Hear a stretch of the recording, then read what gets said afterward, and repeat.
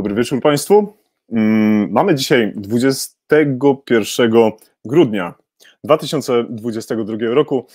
Ja nazywam się Jacek Borowek, a Państwo oglądacie i słuchacie 80.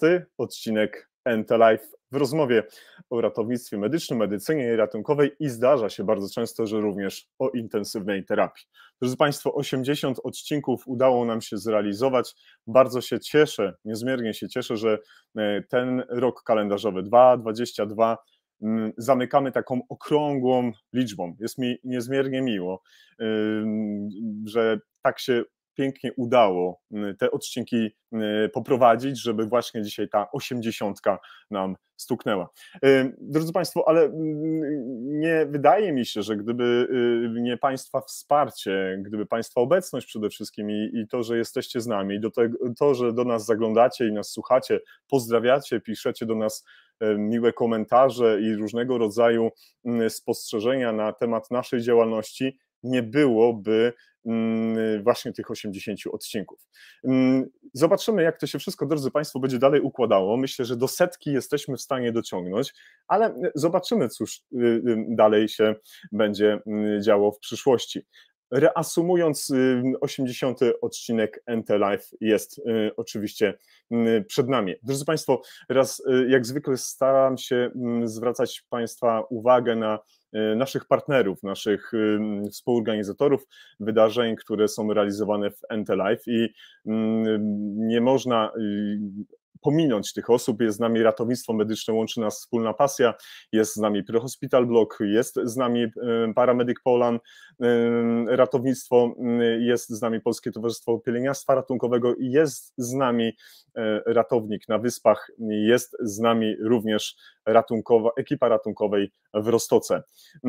Jest z nami również mnóstwo osób, które udostępniają informacje o wydarzeniu na swoim Facebooku, przekazując to przez media społecznościowe i w tym momencie bardzo serdecznie również dziękuję odbiorcom na Instagramie. Kobieta w karetce to jest taka osoba, która też bardzo często, jak nie zawsze, udostępnia nasze informacje, tak więc zaglądnijcie, drodzy Państwo, również tam do Instagramu, tam dzieją się wielkie rzeczy, również na profilu kobiety w karetce też można się mnóstwo ciekawych rzeczy dowiedzieć. Drodzy Państwo, jak zwykle w naszych tych jesiennych odsłonach namawiam Państwa do tego, żebyście nosili odblaski. Taki mały drobiazg, taki mały element, który przyczepicie gdzieś do swojej kurtki, płaszcza, może torebki, może plecaka, może rowera, naprawdę robi robotę, naprawdę powoduje to, że jesteśmy widoczni, że jesteśmy, drodzy Państwo, bezpieczniejsi. Drodzy Państwo, dzisiaj odcinek z bardzo wyjątkową osobą, dlatego że to jest, można powiedzieć, lekarz bardzo szczególnych i wysokich lotów. Naszym dzisiejszym gościem jest specjalista anestezjologii intensywnej terapii, lekarz właśnie HEMS-u, jest również specjalizacją zarządzania w ochronie zdrowia. W latach 2017-2020 nasz gość był dyrektorem medycznym Lotniczego Pogotowia Ratunkowego. Nasz gość również może legitymować się bardzo długim doświadczeniem klinicznym, blisko 17-letnim w systemach ratownictwa medycznego w Polsce i za granicą.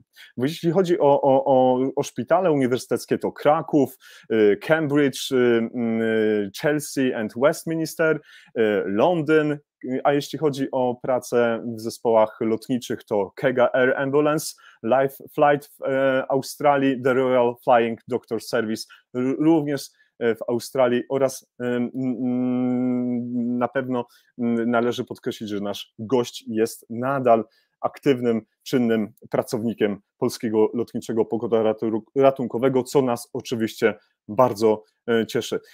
Nasz gość odbył szereg przeróżnych kursów, zarówno w Polsce, w Wielkiej Brytanii, dokładnie w Anglii, oczywiście Australia, szczególnie kurs HEMS Academy w Brisbane. O tym z pewnością dzisiaj będziemy rozmawiać, na ten temat będziemy dyskutować. Należy przypomnieć, że nasz gość jest jednym z autorów takiej pięknej publikacji, którą mam przyjemność posiadać, jest ona w naszej bibliotece, którą notabene już jakiś czas temu dr Tomasz Derkowski, życząc wszystkiego dobrego i dalszego rozwoju Nordlistiget, przekazał tutaj do nas. Tak więc jest również współautorem pięknej książki Medycyna przedszpitalna w lotniczym pogodzie ratunkowym i niezmiernie się cieszę, że dzisiejszym naszym gościem jest pan dr Tomasz Derkowski, który jest już dzisiaj z nami. Dobry wieczór, panie doktorze, witam ciebie, Tomaszu. Dobry wieczór, cześć Jacku, witam państwa serdecznie na dzisiejszym spotkaniu i dziękuję za takie piękne, długie przedstawienie. Ja myślę, że gdybym był bardziej taki skrupulatny i nie chciałbym, gdybym chciał narazić jeszcze widzów i słuchaczy na taki mój monolog, to sporo jeszcze bym tam znalazł ciekawostek, ale myślę, że twoja osoba i twoja lekkość komunikowania się z pewnością uwolni ten zasób informacji i wiedzy na twój temat, ale zanim to się stanie, to pozwolisz, drogi Tomaszu, że pozdrowię wszystkich naszych wspaniałych widzów, słuchaczy, którzy już do nas zaglądają, z pewnością będą nas pozdrawiać. Bardzo się cieszę, że są to stali nasi widzowie.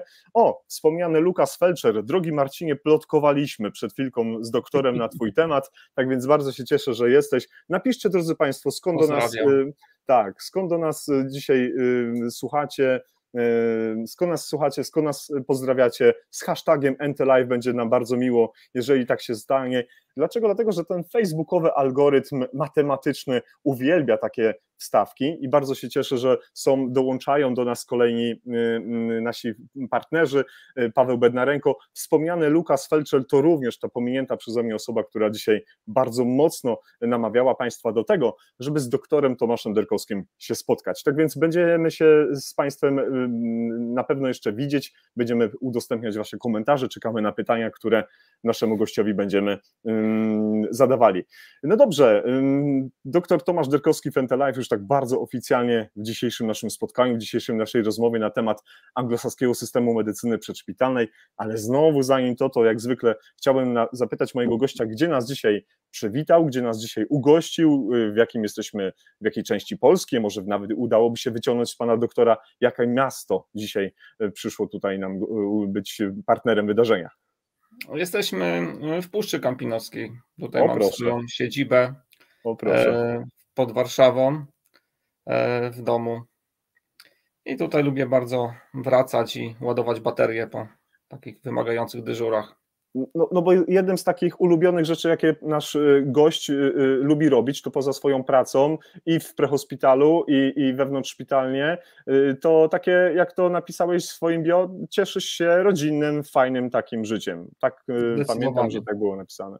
I to rzeczywiście tak jest, że rodzina jest takim rezerwuarem, takim bezpiecznikiem, takim wentylem bezpieczeństwa dla takiej pracy, dla takiego obciążenia? Tak myślisz właśnie? Myślę, że tak. W szczególności żona bardzo wiele ze mną przeżyła, bo jak tutaj już zauważyłeś słusznie, w wielu miejscach pracowałem, no i żona wiernie za mną podążała i te wszystkie moje fanaberie tolerowała, jakiś rozwój kariery, marzenia, była ze mną. No później jak się pojawiły dzieci, to też była już większa demokracja i musimy teraz już demokratycznie podejmować pewne decyzje. Jasne, wszystko rozumiem. No dobrze, nie będziemy bardzo dzisiaj się rozdrabniać, brzydko powiem, nad wszystkimi elementami twojej kariery, ale zrobimy taki wycinek od momentu, kiedy pomyślałeś sobie pewnego dnia, że fajnie byłoby popróbować swoich sił, swoich możliwości kompetencyjnych, może na zasadzie sprawdzenia, a może poznawania świata, ludzi i chęci rozwoju zawodowego do tego, żeby w ten system anglosaski właśnie wejść, czyli najpierw była Polska, tam duży rozwój zawodowy, no i co się takiego wydarzyło, że uznałeś, że kolejnym krokiem w twojej karierze i w twojej chęci eksploracji świata zawodowego najpierw będzie Anglia, a za chwilkę Australia, ale to może za moment. Co się takiego wydarzyło? Ja zawsze miałem marzenia, żeby pracować w międzynarodowym środowisku, choćby na chwilę, choćby się wyrwać na jakiś kurs, na jakiś staż, pojechać na konferencje, które w tych czasach, jak kończyłem uczelnię 2004, to były absurdalnie drogie. Do Anglii potrzebowaliśmy jeszcze wizę, to wszystko było trudne. No i nagle otworzyły się granice z Unią i tak naprawdę ja już wtedy zacząłem rezydenturę w szpitalu w Zakopanem, a żona wyjechała za granicę. No i stwierdziła, zaczęliśmy od Irlandii i tak naprawdę no stwierdziła, że nie wraca i przewrotnie to ja wyjechałem za nią i jakby byłem zmuszony wykonać pewien krok. Wcześniej postawiłem na język francuski i raczej myślałem o emigracji, jeśli już to do Francji, no ale los tak chciał, że musiałem nadrobić język angielski bardzo szybko, studiując na Uniwersytecie w Cork. No i później już poszło. Pierwsze interview, pierwsze próby zmagania się z systemem, pierwsze zabawne sytuacje, różnice kulturowe, no ale później już dostałem po kilku próbach post w Bristolu, no i się już tak dalej potoczyło. A gdybyśmy mieli osobę, która zupełnie nie jest związana z medycyną, tym bardziej z ratownictwem medycznym, czy z w ogóle emergency medicine, z takim systemem medycyny ratunkowej, to dlaczego, jakbyśmy mogli w 2-3 zdaniach scharakteryzować ten system anglosaski? Czy jest coś wspólnego, co łączy ten system w wielu różnych krajach, czy to jest tylko i wyłącznie język? Bo jak słyszymy często, że anglosasi to mają ten swój system, należy to traktować bardzo ogólnie, czy raczej musimy tutaj mówić, że ewidentnie nie, są ogromne podziały i nie ma nic wspólnego z tym systemem, jak tylko i właśnie język angielski? Rozmawiamy tutaj o różnicach pomiędzy Australią i Wielką Brytanią, czy między Polską, bo faktycznie jeśli chodzi o Wielką Brytanię, to można powiedzieć, że są różnice też pomiędzy poszczególnymi hrabstwami. To, co słyszałem, kolega ratownik na Wyspach już to pewnie dogłębnie przedstawiał, że faktycznie są różnice między hrabstwami, natomiast NHS jest jeden i ogólne zasady zarządzania klinicznego, o czym też jest mowa i napisałem taki rozdział w tym podręczniku, są tożsame we wszystkich hrabstwach i tak samo ta historia się zaczęła. Jest taki rozdział dotyczący zarządzania klinicznego i to jest typowo anglosaskie. Początek w 1995 roku, kiedy odkryli, jak dużo błędów popełniają i po kilku latach stwierdzili, że z tym systemem jakości, że system jakości trzeba poprawić, że trzeba w zasadzie wymyślić go od nowa, mimo 50 lat NHS-u jako takiego systemu tożsamego z NFZ albo podobnego do NFZ, nagle stwierdzili, że trzeba wprowadzić nowe zasady, monitorować jakość, monitorować efektywność i to bym uznał za ten system anglosaski, który tak naprawdę i w krajach anglojęzycznych, które mają jakieś konotacje z Wielką Brytanią, czyli takie Commonwealth, są to kraje, które ściśle współpracują, to tam ten system jest bardzo podobny. Czy to jest Australia, czy to jest Wyspa Man, Wyspa Jersey, czy nawet Malta, Irlandia, to ten system anglosaski funkcjonuje. Bardziej czy mniej podobnie. Rozumiem. I drodzy Państwo, wracając czy nawiązując do tego, co właśnie mówi do nas nasz gość, w rozdziale znajdziemy m.in. przedstawienie systemu zarządzania jakością wybranych organizacji działających w obszarze medycyny przedszpitalnej na świecie. Znajdziemy również część, która opisuje, jak wygląda adaptacja i wdrażanie konceptu zarządzania klinicznego do właśnie w LPR i wprowadzenie pojęć audyt kliniczny i just culture. Cóż to takiego jest? Bo są jakieś dwa dla mnie, może nie, że niezrozumiałe słowa, ale jakie one mają znaczenie z punktu widzenia właśnie tego anglosaskiego systemu ratownictwa, medycyny przedszpitalnej? I to jest bardzo duży temat, Jacku. Same zasady zarządzania klinicznego składają się tak naprawdę z 7 filarów. Jest to bardzo, bardzo rozległy temat, który na pierwszy rzut oka i ucha dla nas wydaje się zupełnie obcy. Dlaczego zwykły ratownik czy lekarz, który szczególnie pracuje w systemie ratownictwa medycznego, ma wiedzieć więcej na temat zarządzania? I to jest właśnie ta różnica dosyć istotna, porównując z systemem polskim, że anglosaski system bardzo mocno akcentuje potrzebę przynajmniej podstawowych znajomości, podstawowych pojęć i mechanizmów zarządzania klinicznego i jak najbardziej angażuje podstawowe, nazwijmy to, jednostki, wszystkich pracowników, że to zarządzanie tak naprawdę jest wspólne i ta informacja i komunikacja jest w naszym wspólnym interesie. Także już na egzaminach w UK podczas pierwszych 2 lat specjalizacji, tam normalnie na egzaminie pojawiają się pytania ściśle z zarządzania i te 7 filarów zarządzania są bardzo ważne. Dlaczego? Musimy tak naprawdę wiedzieć, jaka jest nasza rola w systemie, jak ma wyglądać rozwój. Raz na rok są spotkania podsumowujące, coś jak u nas ocena pracownika, ale też dbałość o jego rozwój, o sukcesywny postęp kariery, bo to jest też badane, ocenę efektywności klinicznej, czyli skuteczności naszych działań.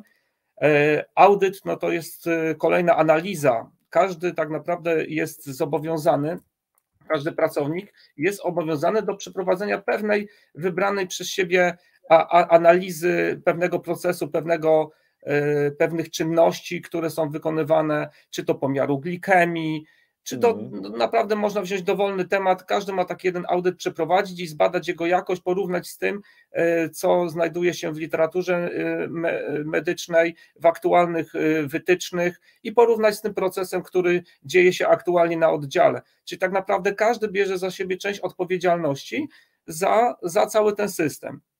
W Polsce to raczej jest tak, my kontra oni, jest tam zarządzający, który tam od czasu do czasu przyjdzie, albo jakiś zewnętrzny audytor z ISO, no i czegoś tam wymaga, a my tam albo się ukrywamy, albo no nie ma takiej ścisłej współpracy, takie mam wrażenie, a tam jednak było to potraktowane w bardzo dojrzały sposób i te audyty to jest takie bardzo charakterystyczne dla tego anglosaskiego systemu. No i to jest cały system zarządzania ryzykiem, czyli no, mówimy tutaj o no blame culture czy just culture, to co wspomniałeś, to jest ten temat, który u nas dopiero się pojawia, czyli systemu no fault. Czyli jeżeli ktoś zagwarantuje mi, podstawowemu, szeregowemu pracownikowi niekaralność, to ja będę zgłaszał i przyznawał się do błędów, które popełniłem. I to w takim razie pomoże tak naprawdę wypracować jakieś systemowe rozwiązanie, zastanowić się, tak zwane root cause analysis, czyli dojść do korzeni, dojść do źródła tego problemu i starać się go systemowo rozwiązać, a czasami no bywa tak, że po prostu ktoś się przyzna i zostanie ukarany, reszta na to patrzy i boi się cokolwiek powiedzieć. Więc my tak naprawdę po prostu lepiej jest tych problemów nie zgłaszać. I w Anglii po bardzo tragicznych wydarzeniach, które też tam opisuję w podręczniku w Bristolu w 1995 roku, jeden z anestezjologów odkrył no, zdecydowanie nadmierną śmiertelność niemowląt poddawanych operacjom kardiochirurgicznym. Tam praktycznie 170 dzieciaków było 170 zgonów nadmiarowych dzieci, które nie powinny się wydarzyć i 30 było głęboko okaleczonych, głęboko uszkodzonych neurologicznie. No i przez długie lata dr Bolsin starał się zaalarmować wszelkie instytucje. Po wielu latach walki mu się to udało i na tej podstawie właśnie powstało zarządzanie kliniczne jako podejście do systemowego rozwiązywania problemów. I to jest takie właśnie charakterystyczne, że już od początku lat 2000 mamy do czynienia z zarządzaniem klinicznym. W momencie, kiedy ja przyjechałem na wyspy, to był boom na zarządzanie kliniczne. Każdy musiał o tym wiedzieć, dlaczego tak się stało, kogo chcemy uratować, jaka jest nasza rola w systemie. Robiliśmy cotygodniowe spotkania, mortality and morbidity meetings, czyli omawialiśmy różnego rodzaju przypadki, śmiertelność na oddziale. Po prostu było to przedmiotem naszej głębokiej refleksji, analizy i tak naprawdę systematycznej poprawy jakości, poprawy bezpieczeństwa. Także temat jest bardzo szeroki, bo 7 filarów to obejmuje także nowoczesne rozwiązania informatyczne, które na przykład spotkałem w Cambridge. Pracowaliśmy na systemie EPI, który zbiera metadane dotyczące praktycznie wszystkiego, od wejścia pacjenta do szpitala, automatyczne zbieranie danych dotyczące parametrów życiowych i wszystkich informacji o pacjencie, przetwarzanie to w dane statystyczne i mamy wtedy naprawdę tworzy się bardzo duża baza danych różnego rodzaju i mamy pełen obraz sytuacji, tak naprawdę w jakim kierunku my podążamy, co robić, co nie robić, na co przeznaczać te pieniądze, jeżeli mamy ograniczone ich źródło. Także byłem pod wielkim wrażeniem i to tak naprawdę był skok na głęboką wodę. Rozumiem.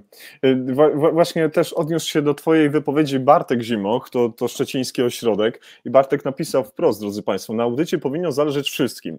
Mam wrażenie, że u nas bardziej zależy kadrze niż zarządzającemu. Coś w tym jest, drogi Bartku, i bardzo serdecznie Ciebie pozdrawiam i mam nadzieję, że jeszcze dzisiaj z nami długo pozostaniesz, bo ten temat, między innymi o zarządzaniu, jest Tobie z pewnością bliski. Ale żeby zamykając ten wątek, który, i namawiam, drodzy Państwo, ten drugi rozdział, bo doktor Tomasz Derkowski jest autorem drugiego, trzeciego, 14 rozdziału w tej książce, a rozdział 18 i 23, będziemy do nich dzisiaj może trochę wracać, jest pan doktor Derkowski współautorem tych dwóch rozdziałów, ale zachęcamy do tego, bo na pewno będziemy tutaj jeszcze zaglądać. Ja mam tylko jedno takie pytanie. Jesteś specjalistą właśnie z zarządzania w ochronie zdrowia, tak?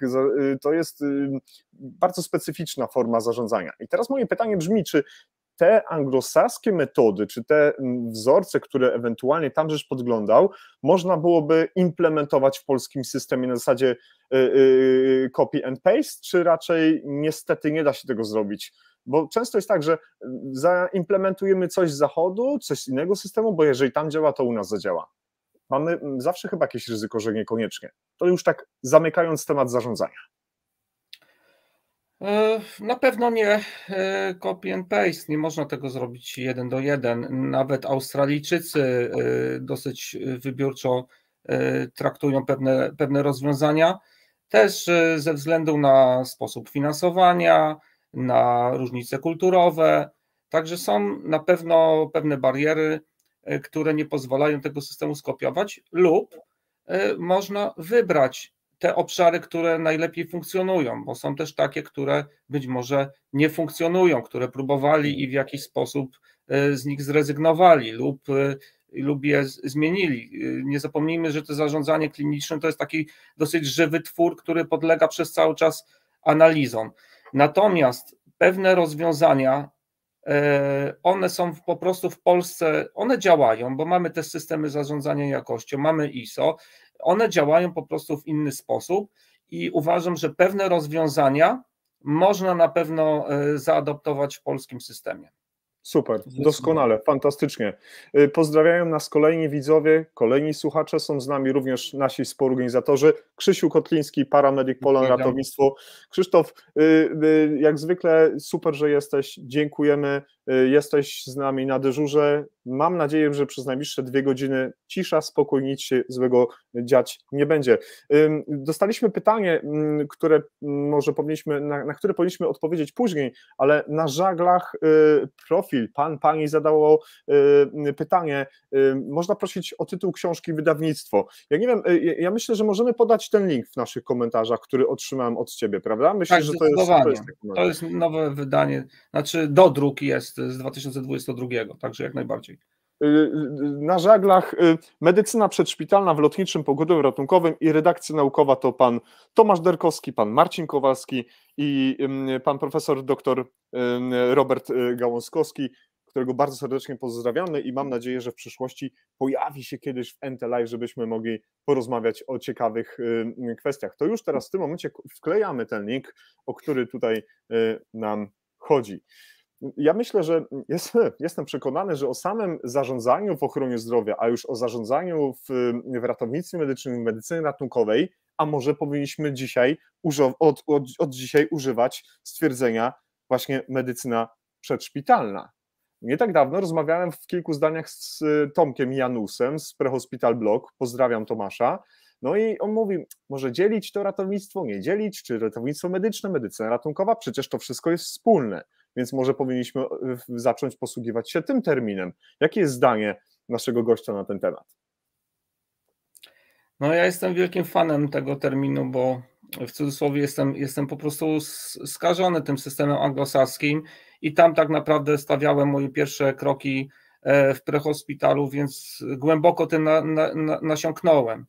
I też byłem świadkiem tworzenia się tych zmian. Były pierwsze przed rokiem 2011, to nawet się nie nazywało prehospital. Dopiero w 2011 po raz pierwszy użyto oficjalnie tej nazwy i powstało Faculty of Prehospital Medicine, czyli tak naprawdę powstał wydział na Uniwersytecie w Edynburgu, który miał swój program, miał curriculum, podręczniki i tak naprawdę wtedy w zasadzie wcześniej też wiadomo, ta strefa istniała, ale została nazwana, zostały bardzo mocno określone jej ramy, zasady, pojawiło się bardzo dużo nowych danych, bardzo wiarygodnych, literatury na ten temat, algorytmy, wytyczne, po prostu pojawiła się wiedza, na naszych oczach tworzy się nowa dziedzina. Tak jak kiedyś, dawno temu lub niedawno, bo to anestezjologia jest stosunkowo młodą dziedziną, no to wcześniej znieczulali chirurdzy w jakiś sposób z alkoholem, kołkiem w zębach i nagle pojawił się pierwszy anestezjolog i jest obok człowiek, który pełni dodatkową funkcję, a wcześniej do operacji nie była ona w ogóle potrzebna. Tak teraz wydaje mi się, a nawet jestem przekonany, że medycyna przedszpitalna, o czym jest bardzo dokładnie napisane w przedmowie naszego podręcznika, jest nowo tworzącą się dziedziną, która jest bardzo, bardzo potrzebna, bo jest to obszerna wiedza, która obejmuje bardzo, bardzo specyficzne rodzaje działań, procedury. Są procedury, których wcześniej nie wykonywaliśmy, a teraz już je wykonujemy i wykonujemy je śmiało, wykonujemy je zdecydowanie i wykonujemy je skutecznie. Podajemy odpowiednie leki, posługujemy się odpowiednimi algorytmami, robimy to w coraz bezpieczniejszy sposób. Właśnie do tych celów jest stworzony ten termin i stworzona jest dziedzina, która w niektórych krajach jest albo kursem, albo pod specjalizacją, już jak w Wielkiej Brytanii. Też byłem w Hiszpanii, w Madrycie i tam mają osobny kurs dla lekarzy, którzy pracują w prehospitalu. Także uważam i jestem przekonany, że jest to dziedzina niezbędna, która będzie starała się znaleźć swoje miejsce w tej obszernej medycynie. To może, nie wiem, musimy to koniecznie, drogi Tomaszu, przegadać. Może od 2023 roku w rozmowach w Entelive będziemy może nową nazwą się posługiwać, żeby może tak na zasadzie tego, co zawsze mówi Marcin Gbiorczyk, że kropla drąży skałę, więc może w rozmowach o medycynie przedszpitalnej te nasze odcinki będą. No nie wiem, zostawiam do przemyślenia. Możesz być ojcem chrzestnym tego projektu. To jest moje wielkie marzenie. Nie wiem, czy ostatnie, może doczekam, ale bardzo, bardzo bym chciał, bo widzę w tym głęboki sens i też w podręczniku jest to wszystko bardzo ładnie uzasadnione. Oczywiście dotyczy to w podręczniku przede wszystkim tej medycyny, którą wykonujemy gdzieś w przestworzach, ale odnosi się to tak naprawdę do całego systemu ratownictwa medycznego i roli lekarza w tym systemie. Rozumiem. No to dobrze, to myślę, że z jakimś wielkim przytupem ten 2023 rozpoczniemy i może już będziemy tak implementować te nasze spotkania, za co już teraz dziękuję i dziękuję wszystkim Państwu, którzy nas pozdrawiają, odzywacie się Państwo z różnych stron, ale pozwolisz, drogi Tomaszu, że ja szczególnie pozdrowię wszystkich polskich ratowników medycznych, którzy szczególnie w tym brytyjskim NHS-ie czy gdziekolwiek po tym świecie, drodzy Państwo, przyszło Wam pracować, tak więc więc jest z nami Michał Czerwiński, jest z nami Paweł Bednarenko. Ja osobiście dzisiaj nie jestem w Norwegii, ale też nadal tam funkcjonuję zawodowo i znam wielu fantastycznych polskich medyków, którzy są rozsiani po całym świecie, więc w kontekście dzisiejszego naszego spotkania, w kontekście tego anglosaskiego systemu medycyny przedszpitalnej pozdrawiamy bardzo ciepło wszystkich medyków polskich, którzy na całym świecie swoją pracę wykonują. Pozdrawiamy serdecznie. Tak jest. No dobrze, i tym może takim płynnym akcentem, może nie szybciutko do tej Australii, ale jakbyśmy zahaczyli o ten KEGA Air Ambulance w United Kingdom, bo tak się dokładnie to nazywa wszystko. Jak to się stało, że akurat trafiłeś tam? No bo wcześniej mówiliśmy o szpitalach uniwersyteckich w Chelsea i Westminster, mówiliśmy w szpitalu uniwersyteckim w Cambridge. To są ogromne twoje doświadczenia i na pewno o nich można byłoby również długo opowiadać, ale jeżeli już mówimy o ten system HEMS, jak to się stało, że w tym KEGA Air Ambulance się znalazłeś i jakbyś mógł kilka słów na ten temat powiedzieć?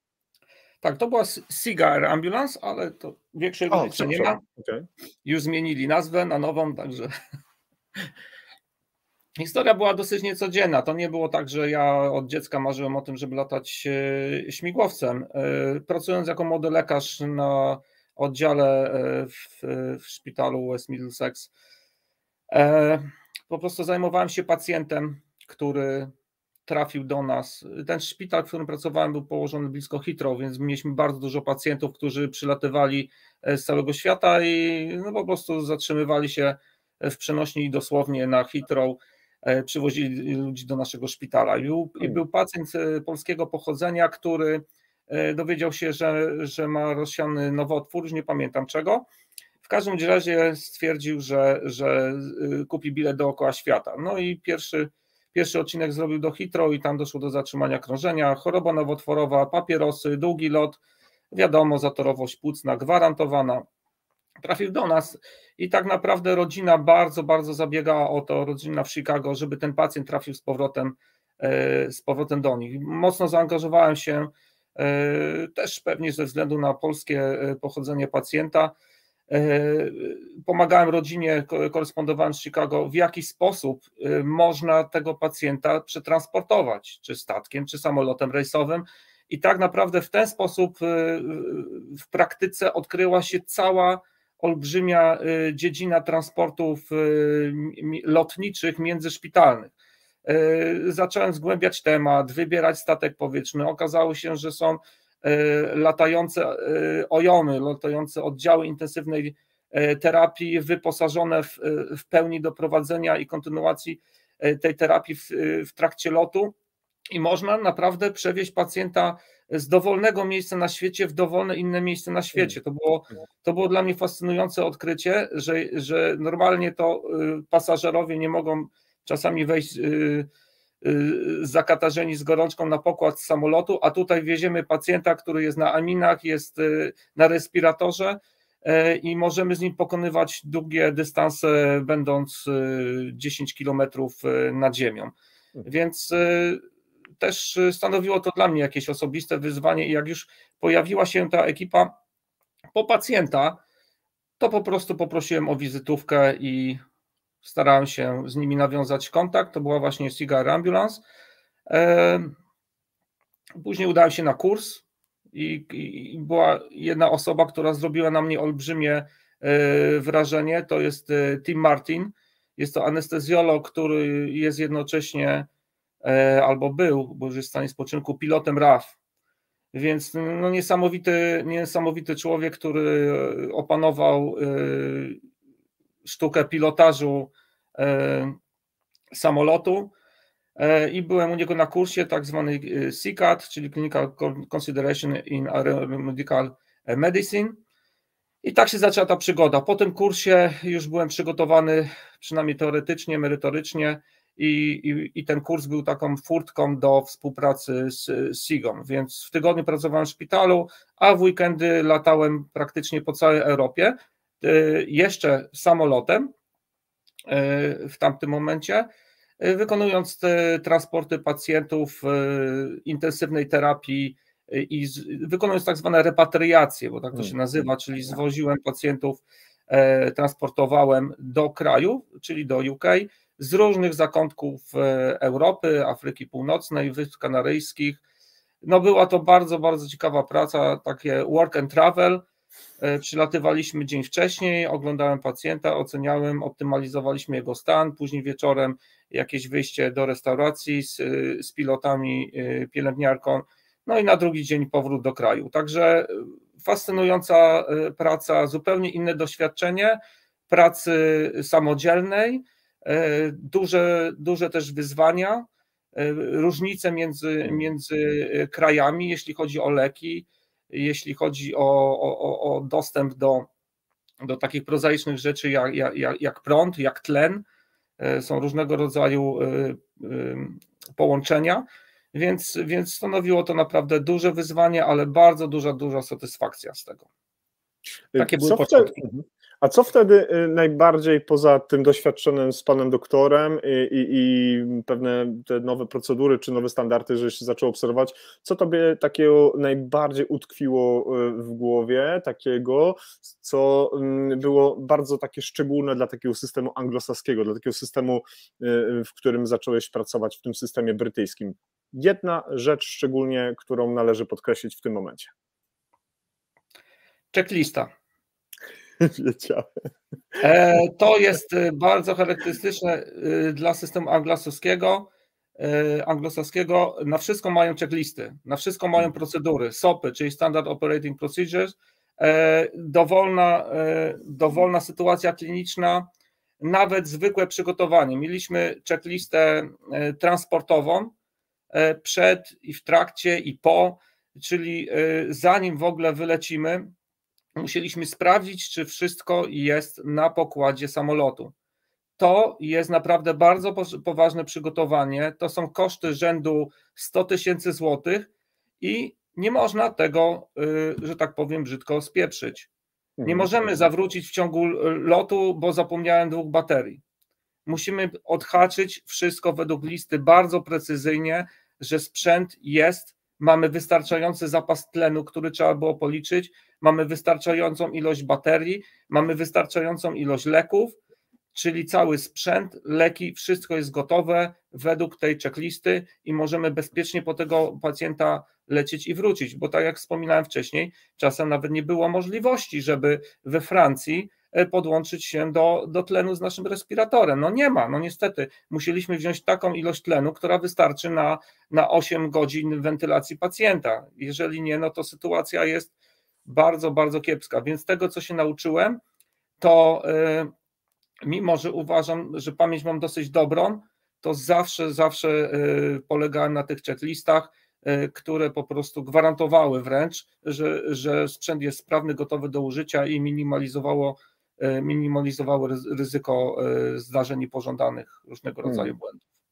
Na temat checklist sporo żeśmy rozmawiali właśnie z Michałem Czerwińskim i opowiadał mi właśnie, jak to funkcjonuje w ich systemie i rzeczywiście jest to narzędzie bardzo popularne w tej pracy. A powiedz mi, jakbyś miał, nie wiem, tych nieprzekonanych, no przekonać choćby w jednym albo 2 krótkich zdaniach, dlaczego te checklisty są takie fajne i dlaczego warto na nich pracować i dlaczego powinniśmy je traktować jako dobre nasze narzędzie pracy, a nie kolejny papier czy jakieś kolejne utrudnienie, bo akurat akredytacja przyszła. No nie wiem, jak to funkcjonuje w innych ośrodkach, może też te spotkanie zrobimy jakieś bardziej interaktywne, może ktoś się wypowie, jak to u niego wygląda nawet w kilku zdaniach. Natomiast to, z czym walczą Anglicy, i to jest bardzo ciekawe, bo spotkałem się w Wielkiej Brytanii z terminami, niby już znałem angielski, ale spotykałem się z terminami, które nawet nie wiedziałem za bardzo, jak sobie wytłumaczyć i jak przetłumaczyć na polski. I to jednym z tych terminów to było mediocrity, czyli w zasadzie to jest taka przeciętność, taka byle jakość, żeby nie rzeźbić w cudzysłowie na plastrach, na bandażach, żeby to po prostu, jeżeli coś jest niesprawne, to wymieniać na nowe. A drugie takie pojęcie to było complacency, czyli znowu, żeby nie popadać w taki samozachwyt, nie mieć takiej nadmiernej pewności siebie. Nieważne, czy ktoś pracuje 1. rok, czy 10. rok, te checklisty są ważne i sprawdzają się dla obu tych grup, nawet tych skrajnych, bardzo doświadczonych lekarzy i początkujących. Początkujących wiadomo, wiemy, czego ode mnie wymagają, wiem, co mam zrobić, co mam zabrać i jest wszystko odhaczone. Stanowi to też pewien dowód, bo można było odhaczyć sobie tak jak listę zakupową, że to zostało wykonane, podpisane i dziękuję. Jest to, człowiek się czuł też bezpieczniej. Natomiast dla tych starszych lekarzy to wiadomo, umysł w pewnym momencie zawodzi. Nawet w sytuacjach takich jak gwałtowne zdenerwowanie jakąś inną sytuacją, rozproszenie, jakieś problemy rodzinne, gdzie człowiek podczas pracy o tym myśli, to wtedy też doskonale takie checklisty zabezpieczają lekarza, ratownika przed popełnieniem błędu. No i taką klasyczną checklistą jest nasz speedbomb, kiedy wydaje się, że 30 sekund więcej, no musimy już intubować, ale warto taką checklistę sprawdzić przed intubacją i po intubacji, bo czasami wyjdzie, że niby jest sak, ale on nie działa, jest rurka, ale nie ten rozmiar, czegoś brakuje, leki nie nabrane, kapnografia nie podłączona i później właśnie takie drobne rzeczy się kumulują i doprowadzają raz na jakiś czas, oczywiście statystyka to gwarantuje, że raz na jakiś czas ten błąd popełnimy. I nie chciałbym popełniać tych błędów albo robić ich jak najmniej. W związku z tym te checklisty doskonale nas zabezpieczają zarówno tych początkujących, jak i tych doświadczonych pracowników ochrony zdrowia, ale nie tylko. One są bardzo popularne w lotnictwie, tak jak pilot sprawdza sobie przed odlotem pewne elementy, czy tam przyrządy. Tak samo my, nawet z perspektywy anestezjologa, to co uczyłem się na pierwszym roku, żeby dobrze sprawdzić sobie aparat do znieczulenia. Poznać aparat do znieczulenia, sprawdzić go, odkręcić gazy, sprawdzić, czy nic nie leci, nie cieknie, czy też sak działa, tak jak mówiłem, czy ten sprzęt jest sprawny, czyli przygotowuję sobie stanowisko pracy według określonej checklisty, aby zwiększyć bezpieczeństwo. Ja nie wiem, czy jest to wystarczające uzasadnienie, czy trzeba kogoś przekonywać. Jeżeli ktoś jest zainteresowany tym mediocracy, czyli taką przeciętną byle jakością, to pewnie nie przekonam po prostu. Pewnie nie. Dużo o checklistach i dużo o standardach w trzecim rozdziale tutaj o tych wytycznych EMS-owskich, co można, czego nie można, co się powinno, drodzy Państwo, rozdział trzeci polecamy. I pojawił uderz w stół, Czerwiński Michał się odezwie, no bo sam pan Tomasz tutaj zaproponował, żeby się ludzie, nasi widzowie i słuchacze dzielili swoimi komentarzami. No właśnie, nawet zwykła checklista przed RSI to super sprawa. Nie jesteśmy robotami przy takich szybkich, nagłych procedurach bardzo stresogennych, bardzo trudnych, bardzo skomplikowanych, warto to mieć. A w tym kontekście procedur RSI ogromnie dużo było mówione na Twoim kursie w HEMS Academy w Australii, ale to może za chwilkę, ale proponuję, żebyś się odniósł do tego, co Michał napisał, bo to jest bardzo ważny komentarz. Nawet zwykła checklista przed RSI to super sprawa. Nie jesteśmy robotami. No zdecydowanie, no. Przed RSI to jest właśnie speedbomb. Przed i po. Więc warto poświęcić 30 sekund. To znaczy przygotowujemy się normalnie, tak jak to nie jesteśmy robotami, więc przygotowujemy się w normalny sposób. To ma być bardzo naturalne. To, co robimy zawsze, przygotowujemy się. Cały sprzęt, leki, odpowiednia pozycja pacjenta i ostatnie 30 sekund jest tylko i wyłącznie na szybkie przeczytanie tej listy na zasadzie challenge i response, czyli ten operator, lekarz, ktokolwiek intubuje, czyta, a druga osoba potwierdza. Tak jest, mam, jest, zrobione, gotowe. To jest tak naprawdę ostatnie 30 sekund, taki safety stop, zatrzymać się na chwilkę i sprawdzić, czy faktycznie wszystko jest i możemy bezpiecznie procedować, możemy kontynuować. Absolutnie. I tyle. No. Prosta rzecz. Pani Izabela Filińska-Schellenbaum napisała do nas taki komentarz. Cześć Izo, między innymi świtowcy w Krakowie robią świetną robotę, checklisty zapobiegają wszelkim pomyłkom. Jest z nami również Marcin Gbiorczyk, który napisał też taki komentarz, trochę przykryje nas, nasze facjalisy. Marcin napisał, listy kontrolne nie są wymagane w standardach akredytacyjnych, ale nie ma problemu, aby je wprowadzać. W moim szpitalu zespół do spraw jakości wprowadził checklisty w wózkach resuscytacyjnych, 18 sztuk. Wszystko po to, aby minimalizować możliwość popełnienia błędu, a także przeglądanie ich. W moim szpitalu Speedbomb, DOPES, Vortex, Resuscytacja, ROSK, Wojewódzki Szpital Zespołowy w Lesznie robi dobrą robotę i myślę, że to jest się czym pochwalić i warto pogratulować i podziękować Tomaszu za taką pracę, prawda? Tak, jak najbardziej, jestem pod dużym wrażeniem. Natomiast mam jedną uwagę do tych checklist.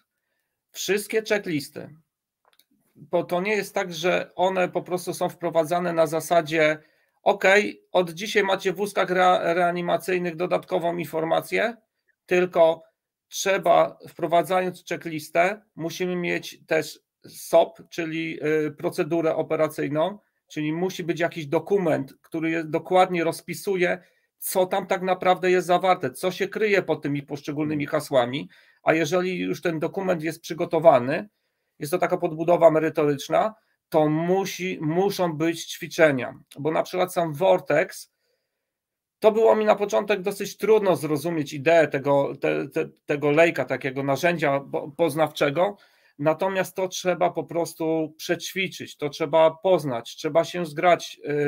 Nasza praca jest pracą zespołową. My wszyscy musimy mieć świadomość sytuacyjną, na czym ta checklista polega, bo jeżeli tylko jedna osoba się przeszkoli, a reszta będzie miała sam dokument, to nie będzie wiedziała, co z tym zrobić. To trzeba przede wszystkim wprowadzając, i to apeluję, jeżeli ktoś z Was zainteresuje się tym tematem, będzie chciał to wprowadzić w siebie, nie wiem jak jest w Lesznie, mam nadzieję, że tak jest, że jest checklista, do tego jest cała procedura operacyjna, co i jak, kiedy zrobić i w jakim celu i kiedy użyć, oraz są odpowiednie szkolenia. Zespół musi się dotrzeć, żeby tą procedurę stosować. Nawet jeśli chodzi o sam Vortex, bo wymaga pewnych doprecyzowań. Podczas ćwiczeń wychodzą pewne rzeczy, że można zrozumieć dwuznacznie pewne określenia. I to wszystko właśnie na ćwiczeniach musi być szlifowane. Świetnie, fantastycznie. Bardzo dziękuję, drodzy Państwo, że już dzielicie się swoimi przemyśleniami. Pan Grzegorz również też napisał: oddział intensywnej terapii, checklista stanowiska intensywnej terapii. Każdy element stanowiska należy sprawdzić i odznaczyć po oddaniu pacjenta. Lista pozostaje na stanowisku do następnego przyjęcia. Paweł Bednarenko również tutaj swój komentarz zaznaczył: każdy jest tylko człowiekiem, każdy ma okres, kiedy jest zmęczony, rozdrażniony, a wiedza, którą nosimy na barkach, jest olbrzymia, dlatego warto mieć checklistę, bo z nią zawsze jest bezpieczniej. I jeszcze jeden komentarz, który warto byłoby tutaj przytoczyć.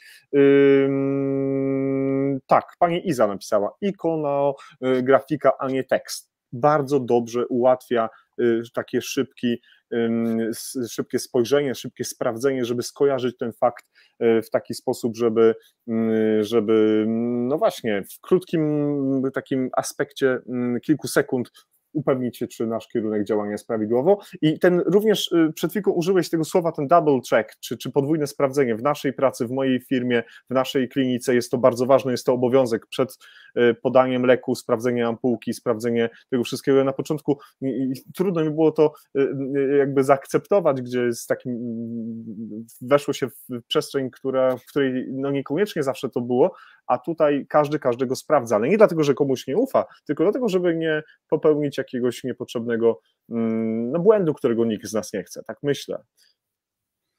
Myślę, że też nie bójmy się używać tych checklist, nie bójmy się sprawdzać podwójnie z pielęgniarką, z ratownikiem tych leków, bo czasami jesteśmy narażeni na takie komentarze: o, przyszedł doktor z Chemsu i czyta z kartki, albo właśnie na oddziale ktoś się do nas zwróci: po co w ogóle opóźniamy, przecież wiadomo, że to jest lek, albo jakaś pielęgniarka się do mnie kiedyś zwróciła, że no zawsze podawaliśmy ampułkę, a ja mówię: ale jaką ampułkę? Konkretnie, podaj mi dawkę. żebyśmy rozmawiali tym samym językiem, żebyśmy doprecyzowali. To jest jednak bardzo, bardzo poważna rzecz, żeby sprawdzić też, czy pacjent nie jest uczulony na coś. No, mamy też taką bardzo dobrą okołooperacyjną listę kontrolną na salach operacyjnych. No i widzę pewnego rodzaju zagrożenia i widzę fiasko we wprowadzaniu takiej checklisty. Jeżeli ktoś przyniesie i mówi, masz, odczytaj tą listę przed zabiegiem. No i jeden odczyta tak, drugi siak, trzeci mówi, że nie jest zainteresowany, więc to tak naprawdę jest jeszcze jedna bardzo ważna rzecz. Te wszystkie checklisty, one powinny być też odgórnie wspierane. To, że na przykład ISO nie wymaga, że ministerstwo nie wymaga, czy konsultanci krajowi. Wydaje mi się, że coraz więcej jednak dzieje się dobrego, bo wiem, że konsultowałem razem z Marcinem Kowalskim checklistę Speedbomb u profesora Owczuka, za co serdecznie pozdrawiam i dziękuję. I bardzo przychylnie wypowiedział się na ten temat i poparł wprowadzenie jej właśnie w HEMS-ie, uzasadniając, że powinna być wprowadzona też w całym systemie ratownictwa medycznego, więc musi być jakieś też odgórne wsparcie, żebyśmy nie wstydzili się po prostu, bo czasami taka jest sytuacja, wykonujemy nową procedurę, wprowadzamy checklistę, to jest nowe i spotykamy się z pewnym oporem, czy to czynnym, czy to biernym i to jest dla nas trudne, ale myślmy o pacjentach, myślmy o tym, co chcemy zrobić i bądźcie po prostu przekonani do tego.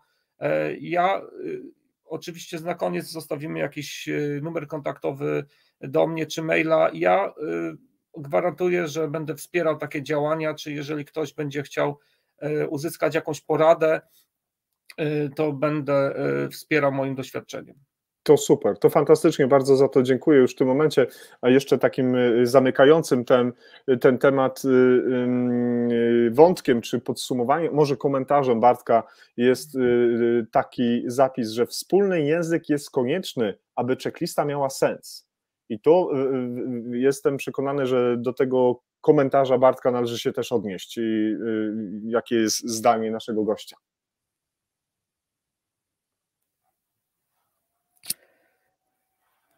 Tak, tu jest znowu nowe pojęcie, które gdzieś, nie wiem, czy w ratownictwie szeroko pojętym istnieje, na pewno istnieje w lotnictwie i w HEMS-ie.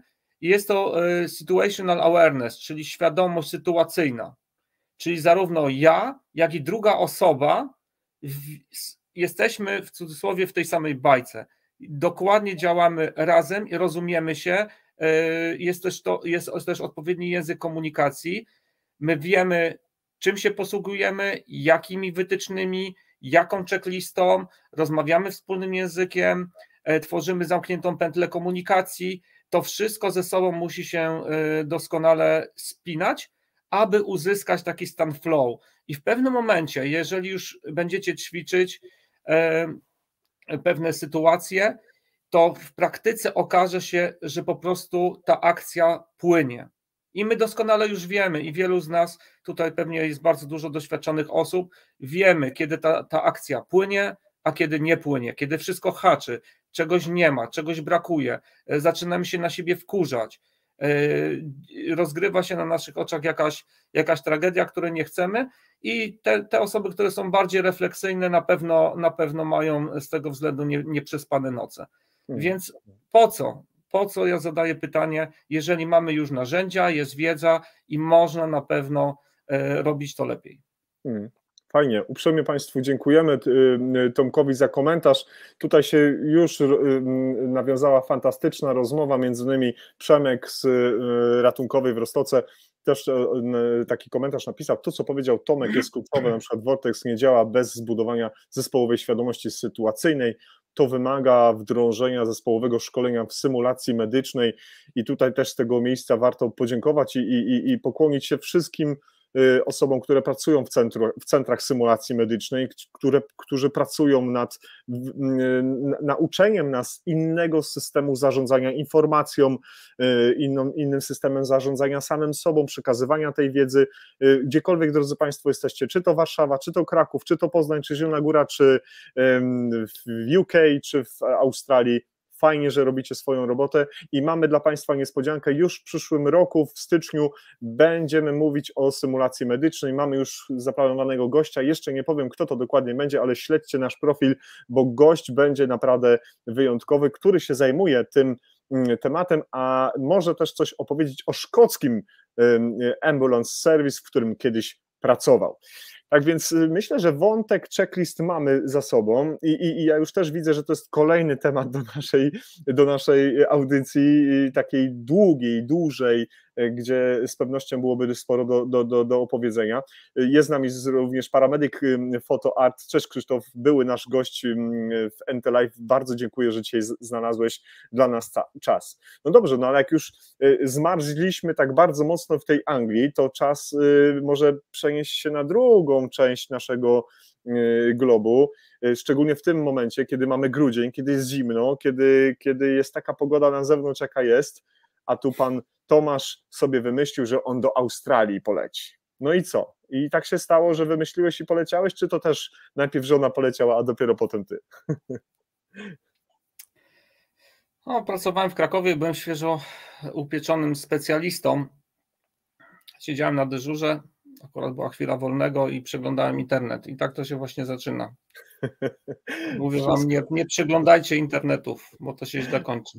Albo dobrze dla niektórych. W każdym razie wszedłem na stronę CareFlighta, bo teraz ta firma się nazywa LifeFlight, a wcześniej CareFlight, i zobaczyłem ich film reklamowy, śmigłowiec latający nad rafą koralową, zespół HEMS zjeżdżający na linię.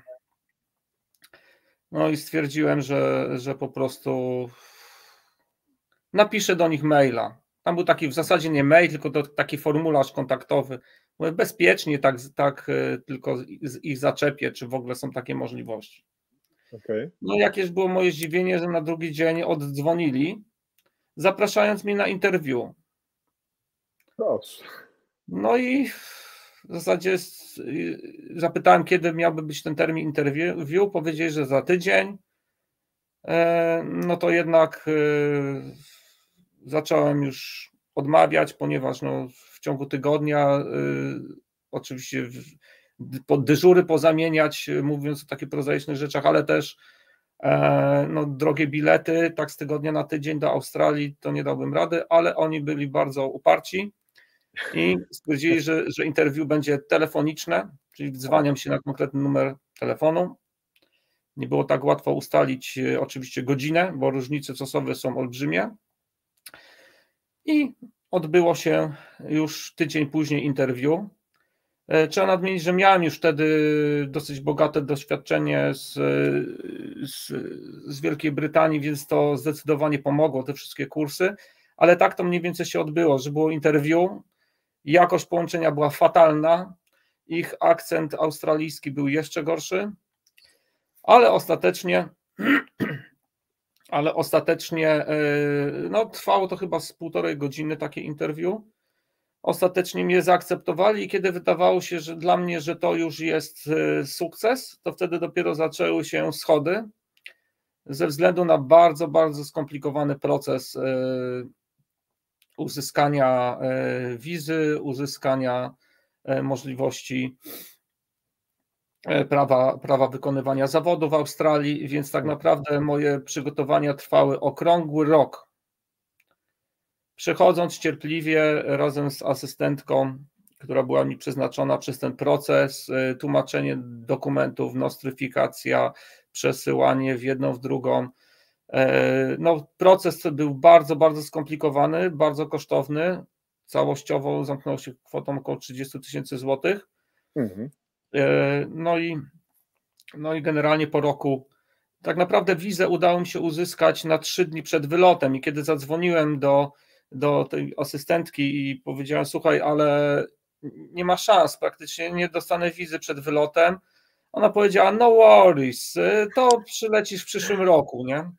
I tak właśnie poznałem Australijczyków. Także zamieściłem też na moim profilu facebookowym taki krótki opis z dyżuru. Australijczycy tacy po prostu są. Oni wszystko traktują bardziej swobodnie, bardziej na luzie, co nie znaczy, że są mniej odpowiedzialni czy mniej profesjonalni, ale potrafią to wszystko potraktować z żartem, z humorem, mówią no worries, to się da załatwić, nie ma problemu.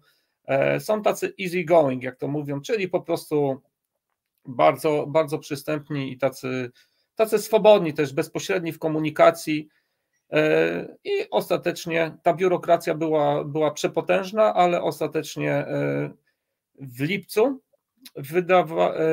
wylądowaliśmy w Australii i temperatury były porównywalne. Było około tam 25-30 stopni, no tak jak w Polsce. I się cieszyłem nawet, że jest taka fajna temperatura.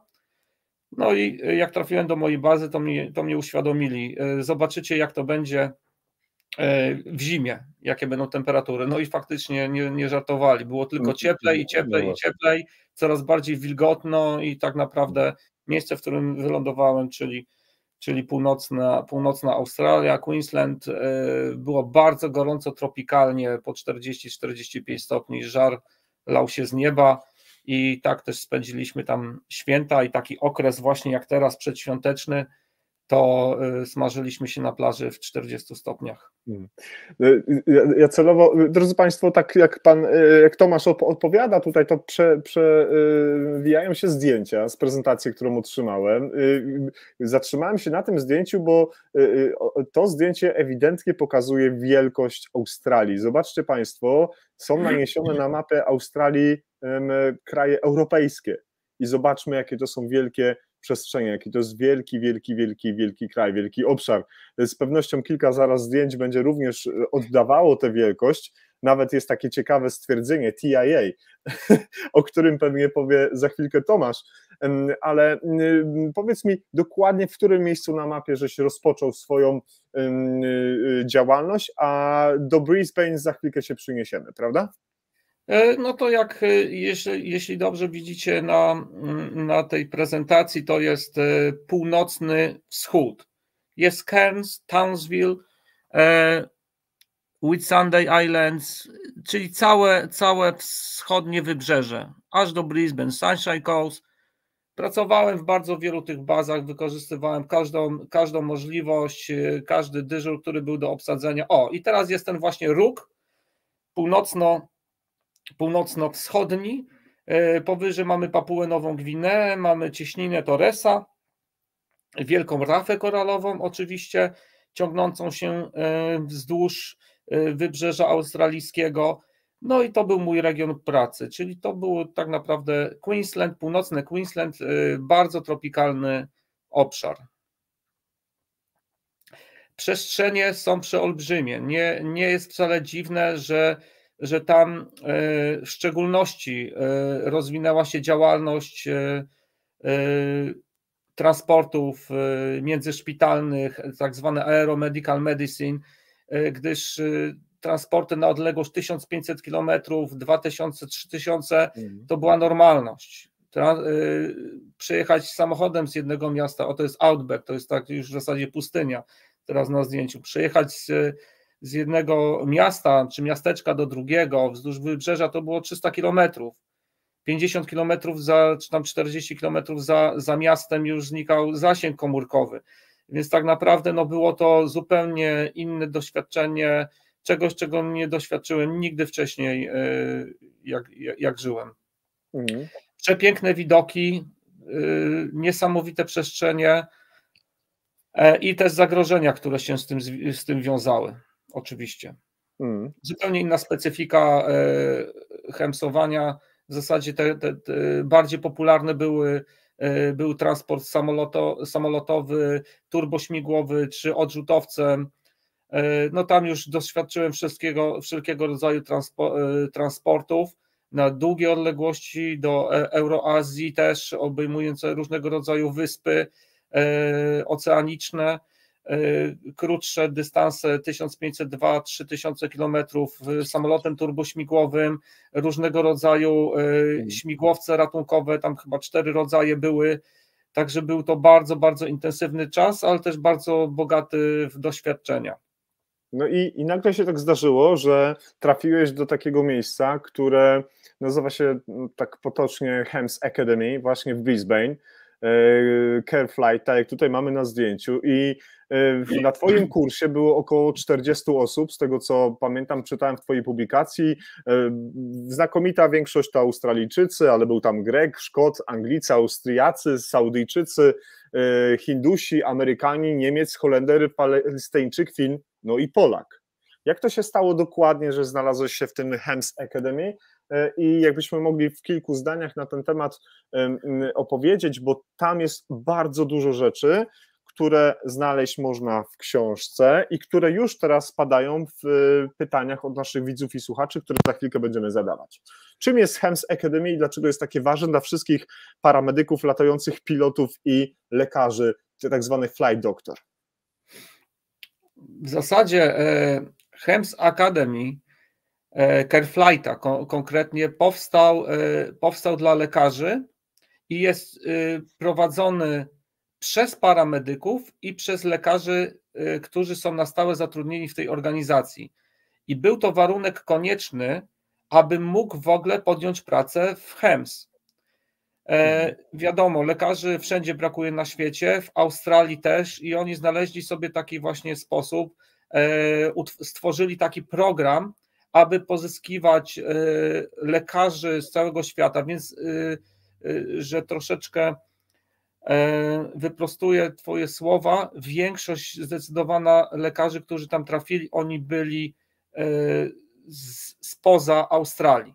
Było kilku Australijczyków, ale większość była spoza. Dobrze, Byli też Holendrzy z Wielkiej Brytanii, ze Stanów, bardzo międzynarodowe środowisko, Kanada, i w ten sposób Careflight pozyskuje na półroczne lub roczne rotacje lekarzy, którzy chcą po prostu poznać inny system, zdobyć nowe doświadczenie. Nie wszyscy, tak jak ja podlegałem rekrutacji, tak samo wszyscy inni, cała 40 podlegała rekrutacji i dzieje się to sukcesywnie co pół roku. Nie wszyscy mają doświadczenie w Helms. Są tacy, którzy po prostu gdzieś jeżdżą w karetkach lub pracują na SOR-ach, jest dużo lekarzy ratunkowych i tak naprawdę działalność firmy polega na tym, że mają stały zespół paramedyków wyznaczonych na bazę, stały zespół pilotów i tylko lekarze w większości się rotują. Jest 1 czy 2 opiekunów danej bazy, lekarzy, którzy są na stałe, natomiast cała reszta, tak jak ja, musi przejść przez ten cały proces, przez 7 dni intensywnego treningu i weryfikacji, aby w ogóle być zatwierdzonym do pracy w terenie. I tak naprawdę też pytałem się, a co będzie, jeżeli nie przejdę tego kursu, nie zaliczę egzaminu końcowego, i teoretyczny, i praktyczny. Powiedzieli mi, no worries, to za pół roku wrócisz, czy za rok. A ja mówię, ale ja już tam nie mam pracy, ja już muszę tutaj być. No. Dla nich to było no worries. No worries. No worries. No i to jest właśnie ten filmik reklamowy, który obejrzałem i który wywarł na mnie niesamowite wrażenie. Dr. Tim Haraway akurat tutaj się wypowiada, jest to jeden z takich ich liderów, także liderów szkolenia. I przez 7 dni trwało intensywne szkolenie, dostaliśmy mnóstwo materiałów teoretycznych. Ja na szczęście byłem już po pewnych kursach, więc miałem troszeczkę, nazwijmy to, przewagi, wiedziałem, z czym to się je, pracowałem już w LPR-ze wcześniej i dyrektor wyraził zgodę na mój półroczny wyjazd, za co też serdecznie dziękuję jeszcze raz. Dlatego też brałem udział w tych wszystkich zajęciach i były to zajęcia, powiem, i tak dla mnie dosyć mordercze, bo plan był rozpisany tam praktycznie od 7 rano do 19, później kolacja, później self-study, czyli zapoznanie się z materiałem na kolejny dzień i kolejne scenki. W zasadzie jest, znowu się odwołam do tej medycyny przedszpitalnej, bo bardzo dużo rzeczy tam jest zawartych i bardzo dużo rzeczy zostało też zawartych później w szkoleniu, to pierwowzór do szkolenia personelu w LPR.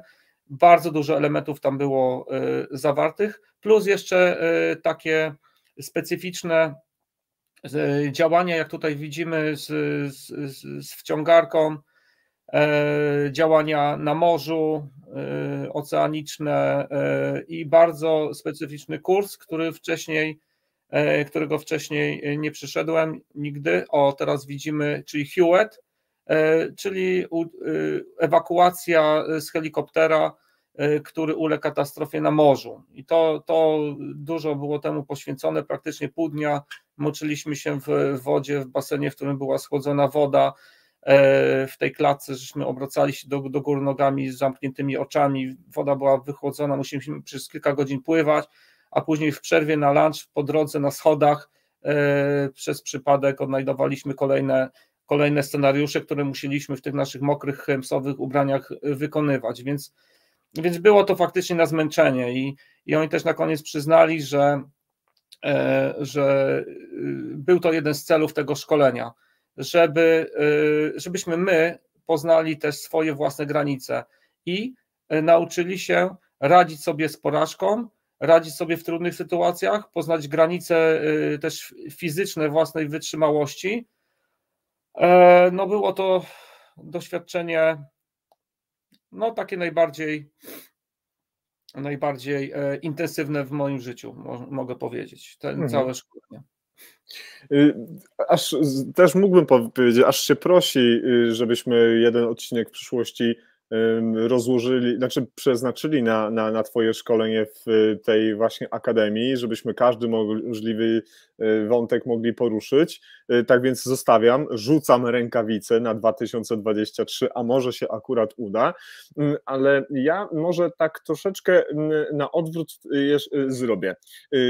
Na łamach medycyny praktycznej ratownictwo pojawił się Twój artykuł. Wybrane aspekty zabezpieczenia dróg oddechowych w działaniach HEMS. I to jest publikacja, która ukazała się chyba około lipca 2016 roku, jeżeli dobrze pamiętam. I teraz moje pytanie brzmi, ile z tego artykułu, co tam możemy znaleźć, ja już podaję Państwu link do tego artykułu, nauczyłeś się, poznałeś albo jeszcze w inny sposób przyswoiłeś właśnie w tej akademii? Dlaczego o to pytam? Bo czy dużo odkrywczych rzeczy w trakcie tego kursu żeś tam poznał? To jest dla mnie taka ciekawostka. Na pewno Speedbomb i Vortex. Wtedy to była dla mnie nowość. I to, co mówiliśmy wcześniej, ja się trochę wstydziłem wykonywać ten Speedbomb, bo sobie pomyślałem wtedy tak, ja już naprawdę pracuję wiele lat, pojawiło się taki właśnie complacency, taka pewność siebie, już mam ze sobą 700 intubacji, po co mi to? Oni bardzo nalegali, nie dość, że musiałem to zapoznać się, wykonać to prawidłowo, to później jeszcze ćwiczyć podczas każdego dyżuru na bazie HEMS, musieliśmy każdego dnia to ćwiczyć, więc to była nowość, którą musiałem sobie przyswoić i później stwierdziłem, że faktycznie ona się przydaje, więc przełamałem swój wewnętrzny opór i niechęć. Wydawało mi się na początku to trochę nienaturalne, natomiast później okazało się bardzo, bardzo praktyczne, szczególnie podczas tych zdarzeń w nocy, gdzie o 3:00 nad ranem człowiek jest troszeczkę wytrącony z rytmu i musi wykonywać jakieś skomplikowane czynności, ale też Vortex, który jest już typowo australijski. Także Vortex powstał w Monash University, rozmawiałem z jego twórcą i propagujemy, wyraził zgodę na przetłumaczenie na język polski, co też stanowiło niemałe wyzwanie, więc te elementy na pewno były dla mnie nowe i chociaż wcześniej znałem algorytmy trudnych dróg oddechowych i byłem nawet na kursie w Bristolu DAS, bo to jest jeden z takich algorytmów najbardziej chyba znanych, to jednak każda instytucja stara się wdrożyć jakiś swój bardziej zaadaptowany system. London Air Ambulance ma 15 seconds drill, gdzie też sprawdzają według swojej checklisty. Węgrzy, którzy też, muszę powiedzieć, idą ramię w ramię z naszym LPR-em, bardzo nowocześnie działają, też mają swoją checklistę, my mamy troszeczkę inną, natomiast to były nowe elementy, które na pewno byłem pod dużym wrażeniem i zainspirowałem się pisząc ten artykuł. Napisałeś w jednym z takich opracowań po swoich doświadczeniach australijskich, że CareFlight pomaga zapewnić optymalny i zbliżony dostęp do usług medycznych o najwyższym stopniu referencyjności, niezależnie od odległości, co stanowi olbrzymie wyzwanie. I tam w tym opracowaniu pojawiło się również tak zwane specjalny numer C3. Czym jest numer C3 i dlaczego jest taki ważny i jak bardzo pomaga on w pracy już praktycznej, w wykonywaniu czynności lekarzy latających w HEMS-ie? No to jest bardzo, bardzo dobre pytanie i to jest typowo australijskie. C3 lub QCC, bardziej popularna nazwa, Queensland Coordination Center. Royal Flying Doctors ma taką maksymę: the furthest corner, the finest care, czyli niezależnie gdzie polecisz do Australii albo gdzie udasz się do Australii i stanie się jakiś wypadek, to zostanie ci udzielona pomoc najwyżej wykwalifikowana, bardzo specjalistyczna. I to jest gwarancja rządu australijskiego dla obywateli. Różnie to wychodzi w praktyce, ale idea jest bardzo dobra i faktycznie, no, zobaczcie sobie na tą mapę albo wróćcie sobie wcześniej. Australia jest olbrzymia i to jest kontynent wielkości Europy, na którym żyje połowa ludności Polski. I żyją oni, głównie są skoncentrowani na wybrzeżach. Czyli są pojedyncze jakieś osady ludzkie, małe miasteczka, wsie zorganizowane wewnątrz kontynentu, na tak zwanym outbacku, czyli tam, gdzie jest bardzo, bardzo gorąco, gdzie są praktycznie stepy, i w te miejsca także dociera pomoc medyczna, dociera Royal Flying Doctors, docierają poszczególne organizacje HEMS. Po raz pierwszy w życiu wykonywałem, jak my to mówimy, HEMS, czyli lot do zdarzenia samolotem, czyli jest jakieś zdarzenie i lądujemy na totalnym stepie, na nieprzygotowanej, nieutwardzonej nawierzchni, lądujemy samolotem turbośmigłowym. Więc to dla mnie był już absolutny kosmos i wyczyn, gdzie ludzie, którzy tam żyją, to z reguły przygotowują sobie kawałek drogi, kawałek skrawek ziemi właśnie na takie sytuacje i trzeba oczywiście dwa razy samolotem przelecieć, przepłoszyć wallabies, przepłoszyć kangury, żeby móc tam wylądować, a i tak to wiąże się z dużym ryzykiem, bo mój kolega niestety miał zdarzenie i samolot podczas lądowania uderzył w kangura i był uszkodzony, nocowali właśnie na tym outbacku. Więc zdarzają się bardzo różne rzeczy, różne sytuacje i tam dociera też pomoc i zabiera tych pacjentów do najlepszych ośrodków. Zabiera też aborygenów, zabiera lokalną ludność, zabiera turystów, którzy gdzieś zabłądzą na outbacku i tak dalej, i tak dalej. I teraz wchodzi QCC, czyli Queensland Coordination Center, a C3 to jest taki ogólny numer praktycznie dla całej Australii, gdzie zespoły, które są na miejscu, mają wsparcie od koordynatora. To jest taki koordynator, odpowiednik koordynatora wojewódzkiego, gdzie zawsze jest lekarz na dyżurze, są bardzo doświadczeni dyspozytorzy i bardzo rozwinięty system telemedycyny, telehealth. To jest niesamowicie ważne, szczególnie dla specyfiki takiego obszaru, jakim jest Australia, gdzie ci ludzie, którzy żyją gdzieś w bardzo odległych regionach, potrzebują tego wsparcia i mają łącze telefoniczne. My mamy łącze czasami wideo, zarówno z danym ośrodkiem, z pielęgniarką, z położną, możemy coś im doradzić, zanim się tam pojawimy. Dostajemy też informację, kto ma wejść w skład zespołu, bo to nie było wcale takie oczywiste.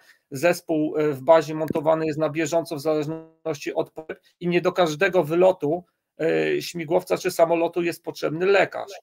Czyli siedzę na dyżurze i mamy 4 czy 5 statków powietrznych do dyspozycji i większość zdarzeń jest obsługiwana przez pielęgniarkę położną, bo tam zawsze mają w Royal Flying Doctors mają podwójną jakby specjalizację wymaganą i tam leci personel medyczny z pilotem i rozwiązuje problemy lokalnej ludności przy zdarzeniach, które są poważne i są klasyfikowane jako zagrożenie życia bezpośrednie lub zdrowia, no to wtedy leciał też lekarz, ale QCC, Centrum Koordynacyjne, robiło niesamowitą robotę i będąc na miejscu, ja musiałem zawsze przedstawić raport sytuacyjny, co na miejscu zastałem, jaka jest sytuacja i gdzie tak naprawdę udam się z pacjentem. Przypominam, że to były odległości 1500-3000 kilometrów, więc jeżeli ja przygotuję tego pacjenta i wezmę go na pokład samolotu, raczej częściej niż śmigłowca, to gdzie tak naprawdę z nim polecę? A dla nas dodatkowo, dla ludzi z Europy, ludzi spoza Australii, stanowili niesamowite źródło wsparcia przy różnego rodzaju zagrożeniach charakterystycznych dla Australii. Różnego rodzaju ukąszenia, innego rodzaju sytuacje, które wymagały jakby jakiejś specjalistycznej ekspertyzy i wtedy taki koordynator tworzył trójpołączenie, przełączał mnie i mogliśmy wypracować wspólnie decyzję. Ja myślę, że w tym momencie, gdyby ktoś z Państwa chciałby zgłębić ten temat, to ja osobiście nie wiem, czy mogę oficjalnie powiedzieć, dostałem od pana doktora, od Tomasza, trochę materiałów. Jeżeli ktoś z Państwa znajdzie jakiś wątek dla siebie, który był poruszony, a z pewnością nie wyczerpie się cały temat w tej kwestii, to proszę się odezwać, tak jak powiedział Tomasz, zostawimy namiary i jeżeli jest jakiś wątek, to z pewnością do niego wrócimy. Tak więc szczególnie napiszcie to, drodzy widzowie i słuchacze, w komentarzach albo wręcz wysyłając zapytanie poprzez adres nasz mailowy. Odniosę się do jednego tekstu, który napisałeś również w komentarzach, w swoim opracowaniu i znowu przeniesiemy się troszeczkę do Australii, żeby już porozmawiać troszeczkę szczegółowo o tych takich ciekawostkach medycznych. Jak napisałeś, CareFlight to poligon wojskowy dla latających lekarzy z całego świata, dlatego też każdy przyjeżdża z innymi nawikami i innymi doświadczeniami. I zatem jak żeście sobie musieli to poukładać mentalnie w swojej głowie, żeby przekonwertować się na jednak wspólne procedury działania? No, musieliśmy być spolegliwi przede wszystkim, no bo to jest system australijski, to było od nas wymagane, więc różnie sobie z tym ludzie radzili. No, to jest też trzeba było być bardzo elastycznym i tak, elastycznym to jest chyba dobre słowo i schować gdzieś swojego. To nie jest miejsce dla tych, którzy mają zamkniętą głowę i oni twierdzą, że potrafią wszystko najlepiej. Tutaj trzeba było się otworzyć na nowe rozwiązania, przyswoić je, przynajmniej na ten czas, a później zabrać do swojego kraju i wykorzystać lub nie. Natomiast w momencie, kiedy byliśmy tam, było to od nas wymagane i też ze względu na tą wielokulturowość, oczywiście rozmawialiśmy ze sobą wieczorami, kolegowaliśmy się, spotykaliśmy i wymienialiśmy też doświadczenia między sobą, jak to jest w Stanach, jak to jest w Holandii, jak to jest w Finlandii. Także nawiązały się takie bardzo, bardzo zażyłe relacje, które trwają do dziś i oczywiście były, tak jak tutaj pokazujesz, były pewne rozwiązania, które żeśmy gdzieś zaadaptowali w swojej praktyce. Była możliwość podawania trombolizy,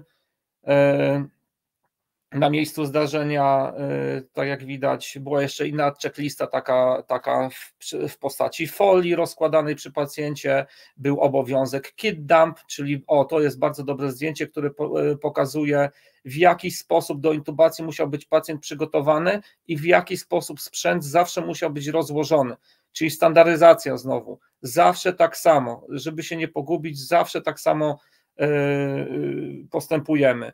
Tam też zainspirowałem się, to był 2015 rok, zainspirowałem się USG, które bardzo chciałem później wprowadzić w naszym systemie, które było już, mieli bardzo bogate doświadczenia w tym w Australii. Ja też te doświadczenia w Australii zdobywałem z tym Prehospital USG, z tak zwanym POCUS. Także jeszcze to był Nanomax Sonosite, taka wcześniejsza wersja. No, jakość obrazowania może nie była idealna, ale wiele już dało się powiedzieć, przynajmniej zrobić EFAST. Więc tak naprawdę otworzyłem się na te nowe doznania.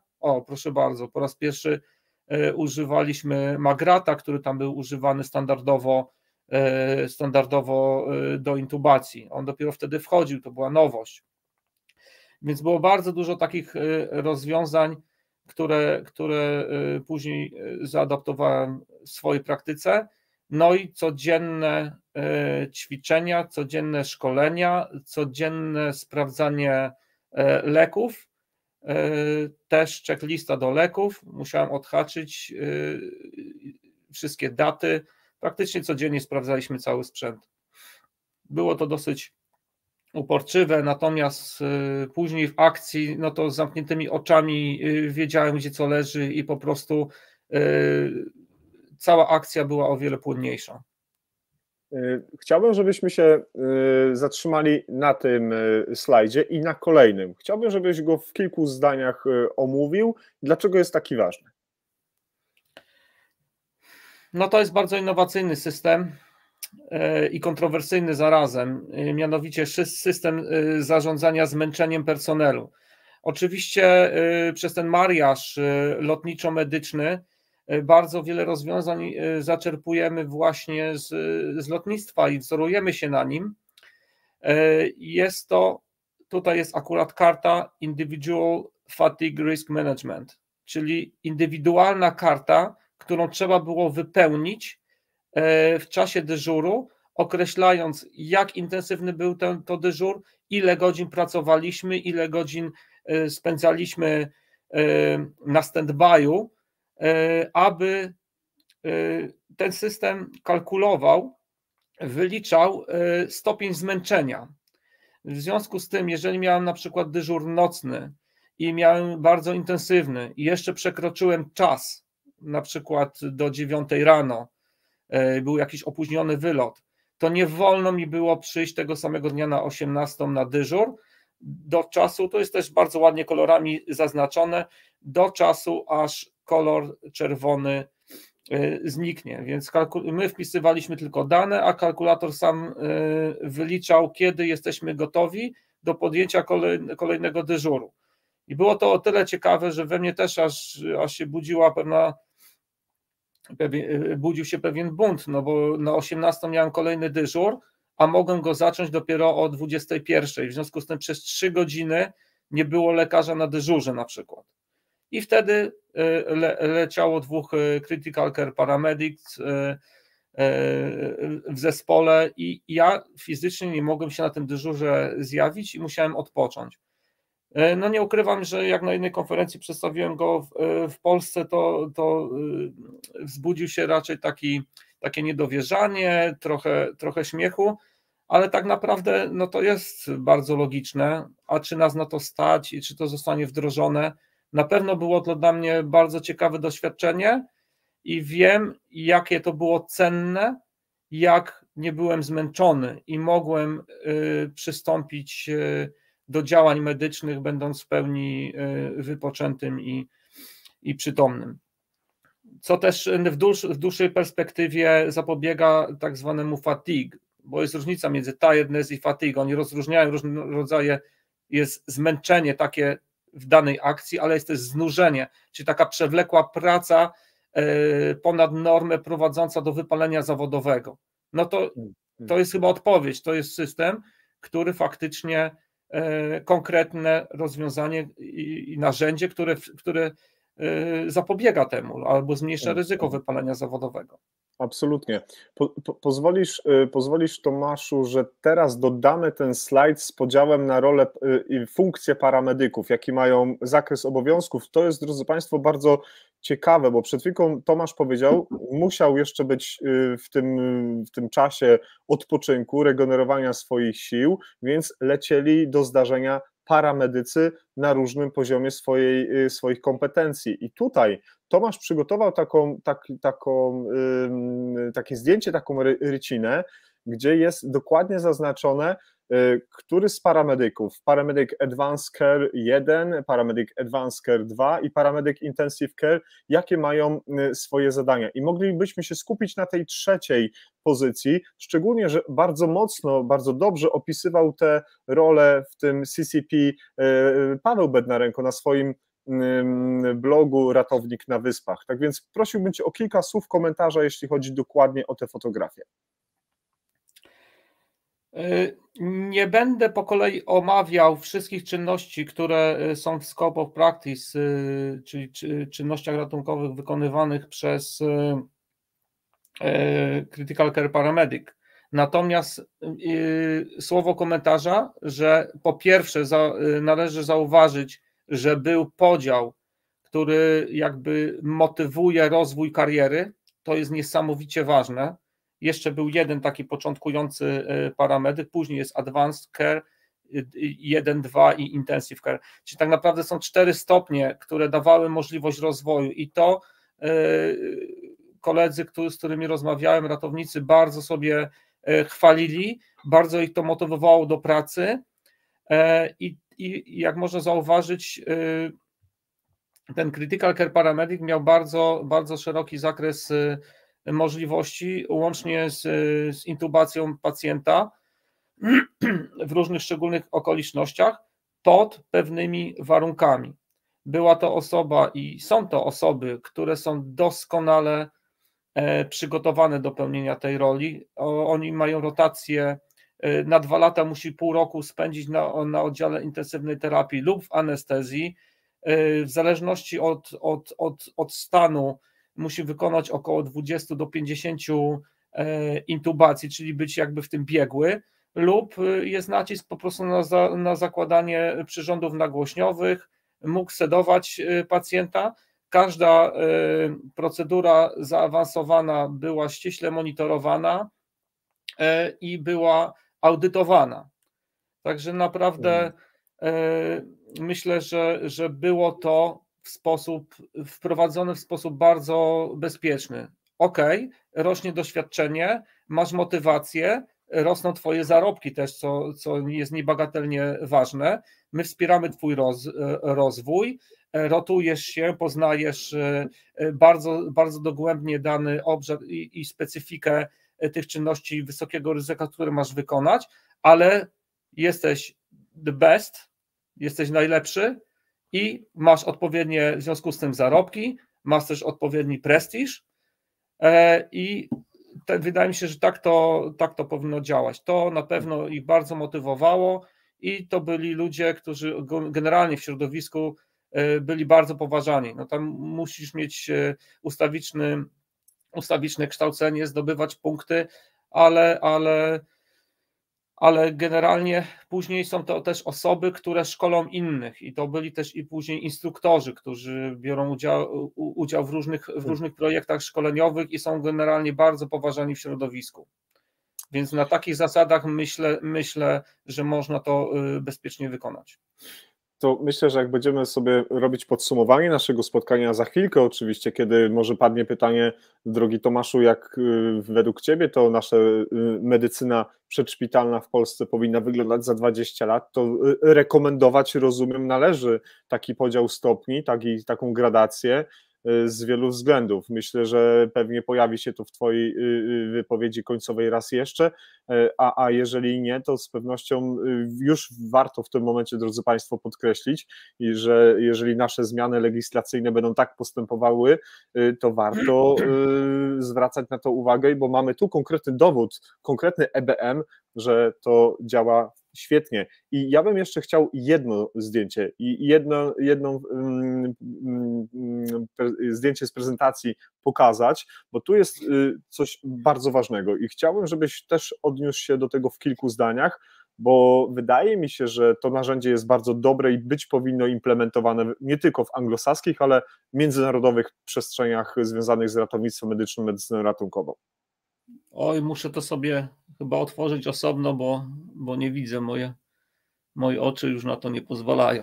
A, dobrze, to jeżeli możesz, to sobie zajrzyj do tego, a ja już w tym momencie, drodzy Państwo, zachęcam Was do tego, żebyście przygotowywali swoje pytania. Jeżeli one już się pojawiły, to ja chronologicznie będę je Tomaszowi zadawał. Ogromnie się cieszę, że pojawiło się mnóstwo komentarzy, bardzo się cieszę, że wielu z Was wymienia w tym momencie doświadczenia.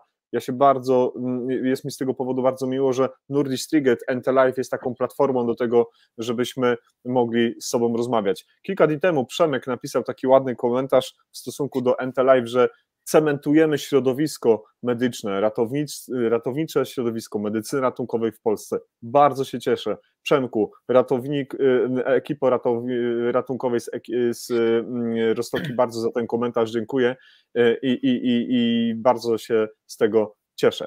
Czy już mamy pogląd na ten slajd? Tak. Przypomniałem sobie, to był załącznik do tej tabeli i znowu jest to jakieś narzędzie, które miało SOP, czyli miało standardową procedurę operacyjną, kiedy wolno Ci przyjść, kiedy nie wolno, a to był taki dodatkowy załącznik uświadamiający, jak wysokie ryzyko stanowisz dla działań medycznych, dla pacjenta, pracując powyżej określonej ilości, określonej liczby godzin. W związku z tym też można było zidentyfikować czynniki ryzyka. No i tu jest między innymi długość zmiany, obciążenie w trakcie misji,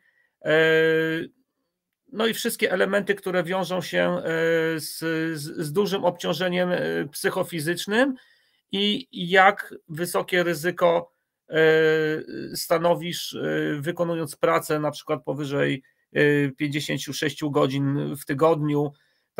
Także to była taka tabela dodatkowa uświadamiająca, żeby nie wykraczać poza ten moderate risk. Niezależnie od sytuacji, niezależnie co robisz, jak pracujesz, a szczególnie jeżeli ktoś łączy na przykład pracę w dwóch miejscach, co nie było już obejmowane w tej tabeli, no to było to chyba dosyć obrazowe pokazanie, że stanowisz zagrożenie i dla siebie, dla załogi, szczególnie w takich warunkach, w jakich my pracujemy gdzieś tam w samolotach i w śmigłowcu, że musimy wykonać na przykład zjazd na linię lub wykonać naprawdę intubację gdzieś na jakiejś platformie nurkowej w takich okolicznościach. Bardzo stresujące działania pod wpływem czasu, wysoko wykwalifikowane. No nie chciałbym w takiej sytuacji być zmęczony i stanowić zagrożenie dla siebie, dla personelu i dla pacjenta. Bardzo dobre przesłanie. Dopisujemy do listy tych wymogów, standardów, jakie powinny się znaleźć i znajdować w wytycznych na najbliższe lata. Drodzy Państwo, bardzo dziękujemy za komentarze. Właśnie Pan Łukasz napisał bardzo ciekawe spostrzeżenie, że tworzymy nowe możliwości w Entelive. I super, bardzo się cieszę. Zobaczcie Państwo, 80 odcinków, które żeśmy przygotowali dla Państwa, wszystkie są na żywo, żadne nie są nagrywane wcześniej. Większość to tak naprawdę bardzo skromne spotkania z naszymi gośćmi, żeby zaznaczyć tylko, o czym będziemy rozmawiać. Nie trenujemy tutaj tych naszych scenariuszy jakoś bardzo mocno, jak się trenuje standardy do RSI, ale ja myślę, że to wychodzi całkiem zgrabnie i mamy nadzieję, że kolejne odcinki również będą dla Państwa interesujące. Padł komentarz od Pana Jaro, może bardziej pytanie. Nieskromnie zapytam Pana doktora, czy kontakt Messenger wchodzi w grę, może jakaś inna forma? Kilka pytań się pojawiło, a czemu nie skorzystać z tak bogatego doświadczenia i przenieść go na własne podwórko? Z góry Pan Jaro, za to dziękuję. Ale myślę, że już tu padła taka wola do tego, najlepiej żeby mailowo. Dobrze. Najlepiej mailowo.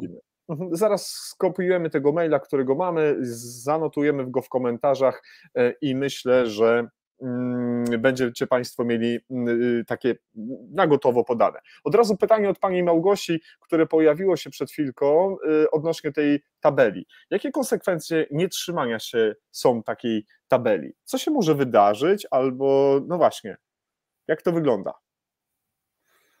No nie ma żadnych konsekwencji, bo po prostu nikt się nie wpuścił na dyżur. Po prostu konsekwencja była taka, że siedziałem w domu, jak przyjechałem, to każdy na mnie patrzył jak na idiotę, no nie mogę łamać przepisów i to było bardzo pilnowane, no nie, w życiu no nie mógłbym po prostu wsiąść do śmigłowca, nie mógłbym podjąć pracy.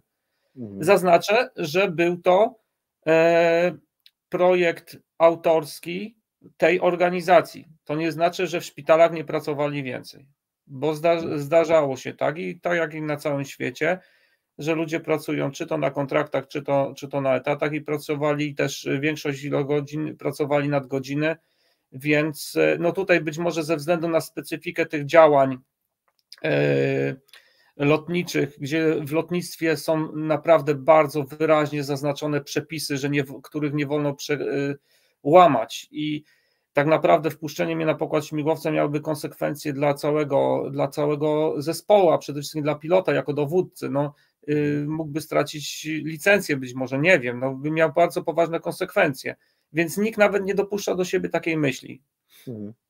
Ja się bardzo cieszę, że to też do tego Pani Małgosia jakby nawiązała i też w taki sposób komentujesz. Nie skupiamy się na konsekwencjach, skupiamy się na tym, żeby w ogóle nie dopuścić do takiego ryzyka. Tak więc to jest bardzo fajne i ja się ogromnie z tego cieszę, bo jeśli chodzi właśnie o ocenę ryzyka naszej pracy, jest to bardzo pożądane. Spotkałem takie, że wejdę Ci w słowo, spotkałem takie bardzo fajne określenie, że najwyższy poziom bezpieczeństwa jest wtedy, kiedy wykonujesz wszystko prawidłowo, nawet jak nikt nie patrzy. Nie czekasz na karę, aż ktoś cię zauważy czy przyłapie, tylko robisz prawidłowo, nawet jak nikt nie patrzy. Ja pamiętam, kiedy czytałem twoje opracowanie właśnie z Helms Academy, tam było napisane, że z jednym scenariuszy, który żeście ćwiczyli, była taka sytuacja, gdzie mieliście pacjenta pediatrycznego, zleciłeś podanie leku takiego, paramedyk go podał, a później okazało się, że ten lek został podany nieprawidłowy, nie taki. I miało to za zadanie między innymi wyłapać taki błąd, ale też się potrafić zachować w takiej sytuacji, co z tym należy zrobić. Zmierzam tutaj do tego, że też w trakcie samego szkolenia uczymy się, jak zarządzać tym ryzykiem i co robić w sytuacji, kiedy to się rzeczywiście wydarzy. Myślę, że to było bardzo ciekawe w tym opracowaniu, które przedstawiłeś. Mi się to bardzo, bardzo podobało. Najciekawsze, że te scenariusze były oparte na prawdziwych historiach. I tam była taka sytuacja, że było dziecko z napadem padaczkowym, lekarz zlecił diazepam czy coś w tym rodzaju, a została podana skolina. I nagle dziecko przestało oddychać i w ogóle trzeba było dojść, ale o co chodzi? W ogóle taka niby typowa, niby nietypowa reakcja, coś się dzieje, coś jest nie tak i trzeba było dojść do tego co, a jak już się doszło i zabezpieczyło drogi oddechowe i generalnie no, zdecydowanie w większości te scenariusze on kończył się dobrze, to później co zrobić z tym błędem? No właśnie. Czy udawać, że się nic nie stało, czy go raportować, zgłaszać, co jeżeli błąd ma poważne konsekwencje dla pacjenta i tak dalej, i tak dalej. No fault system. A powiedz mi, Tomasz, nawiązując do tematu naszego spotkania dzisiejszego, to jest typowo anglosaskie, czy to jest typowe dla dojrzałej demokracji, dla dojrzałych specjalistów, dla ludzi, którzy nie przyznają się do tego, że popełniają błędy, a w sytuacji innej, nie chciałbym stygmatyzować kraju, ludzi, jest troszeczkę inaczej. To jest typowo anglosaskie? Trudno mi powiedzieć. To też zawsze budzi jakąś taką naturalną reakcję człowieka, więc wymaga to niesamowitego wsparcia osób funkcyjnych, osób decyzyjnych i całego systemu wsparcia, że faktycznie jest gwarantowana niekaralność. Inaczej będzie naturalna tendencja człowieka do ukrywania takich zdarzeń. Także jeżeli jest system, który cię wspiera i masz gwarancję bezpieczeństwa, trzeba rozróżnić sytuację, kiedy ja dokonuję po prostu rażącego niedbalstwa i ze swojego niedbalstwa dochodzi do jakiejś sytuacji świadomie, tak jak mówiliśmy wcześniej, przychodzę na dyżur, kapitan mnie wpuszcza, ja lecę, popełniam błąd, wypadam ze śmigłowca, no to wtedy sorry, no to wiadomo, że ta kara musi być, jest to rażące zaniedbanie i tutaj nie ma marginesu, chociaż i tak uczymy się na tego rodzaju zdarzeniach. Natomiast jeżeli ten błąd jest nieświadomy, a w podręczniku też jest dobrze dosyć opisane, że 1 do 3% różnego rodzaju sytuacji, czynności medycznych będzie obarczony błędem. W przypadku medycyny to jest tam nawet 7 do 10%. Tak. Jest bardzo ciekawa książka, którą tam też opisałem, że mówią o tym, że w Stanach codziennie z powodu błędów medycznych giną 2 jumbo jety pełne ludzi. Więc jeżeli jest taka duża skala problemu, to ten błąd medyczny prędzej czy później każdemu się zdarzy, bo to jest 1 do 3% przypadków, a co ciekawe, jest Centrum Monitorowania Jakości w Krakowie, które przebadało kilka szpitali, zaudytowało kilka szpitali i ten poziom błędów kształtuje się od tam około 7, 8, 9% w zależności od kraju i takim doskonałym przykładem, przynajmniej nie byłem nigdy, wydaje mi się, jest postępowanie w Danii. Może Marcin Kowalski by coś więcej powiedział na ten temat lub ktoś, kto w tym duńskim systemie pracował, że tam faktycznie ten no fault jest stawiany jako wzór. Nie wiem jak w Norwegii, jak w innych krajach skandynawskich, ale raczej chyba w tych skandynawskich w ogóle społeczeństwo jest takie bardziej zdyscyplinowane, tak mi się przynajmniej wydaje z tych opisów, bardziej spolegliwe, bardziej stosuje się do pewnych reguł, też społecznie może są tacy bardziej dojrzali i służą społeczeństwu, a nie interesom osobnych jednostek. No takie są moje jakby wrażenia, na pewno nie doświadczenia, bo nigdy w tych krajach nie pracowałem. W Anglii bywa różnie, ale byłem świadkiem takiej sytuacji, kiedy pielęgniarka na moje zlecenie przedawkowała 10-krotnie ketaminę. Okazało się, że była młoda, nie znała się na tym leku. No i miało to poważne konsekwencje. No myślałem, że to już jest na pewno koniec jej kariery. Jakież było moje zdziwienie, kiedy po pół roku wróciła do pracy. Okazało się, że po prostu nie miała wystarczającego szkolenia, bała się zgłaszać pewne rzeczy, wymagała doszkolenia i już na pewno drugi raz tego błędu nie popełni, a być może przyczyni się do tego, że będzie szkoliła inne pielęgniarki właśnie w tym zakresie, jak robić, jak postępować prawidłowo. Więc to jest też taki przykład, że możemy uczyć się na błędach, wyciągać wnioski, analizować je systemowo. Także to były naprawdę wspaniałe doświadczenia i w Australii było podobnie. Był system zgłoszeń zdarzeń niepożądanych i faktycznie żeśmy te zgłoszenia zgłaszali, te zdarzenia zgłaszali i nie działo się nic, na pewno nie było żadnych przykrych konsekwencji z tego powodu. Absolutnie. Tutaj też jest taki bardzo ciekawy cytat, który został zaczerpnięty z School of Public Health w Bostonie. Jest napisane, że największą pojedynczą przeszkodą w prewencji błędów medycznych jest fakt, że karzemy ludzi za ich popełnianie. To jest pierwsza rzecz, która mi utkwiła w pamięci, a druga to są 3 pytania, jakie wskazałeś, które należy sobie zadać. Pomyśl o swoich popełnionych błędach, co zrobiłeś, czy minimalizowałeś ich skutki, analizowałeś, czy też wyparłeś je. I trzecie, jak twoja organizacja wspiera osoby zgłaszające zdarzenia niepożądane. I tymi 3 rzeczami, tymi 3 aspektami Państwa zostawiam, a dokładnie z zarządzaniem ryzyka, które jest opisane w rozdziale 2, arcyciekawa publikacja, arcyciekawa książka, 2., 3., 14 rozdział, indywidualny rozdział 18 i 32 jako współtwórca. Bardzo Państwu polecam tę książkę. Dobrze, to może nie przedłużając zbytnio, żeby nie zabierając czasu naszym widzom i słuchaczom, podsumowanie, Twoje spostrzeżenia, wnioski za chwilkę. lecimy z pytaniami od naszych widzów i słuchaczy NT Live. Dobry wieczór panie Grzegorzu, dobry wieczór panie doktorze, jest z nami stały widz, stały słuchacz, bardzo się cieszymy. Pan doktor pyta, ile trwał najdłużej lot i gdzie najdalej pan doktor poleciał po pacjenta? To jest pytanie od doktora Lewandowskiego. Najdłuższy lot to był z Glasgow na Wyspy Kanaryjskie. Mi się wydaje, że to był najdłuższy. Jeszcze do Egiptu.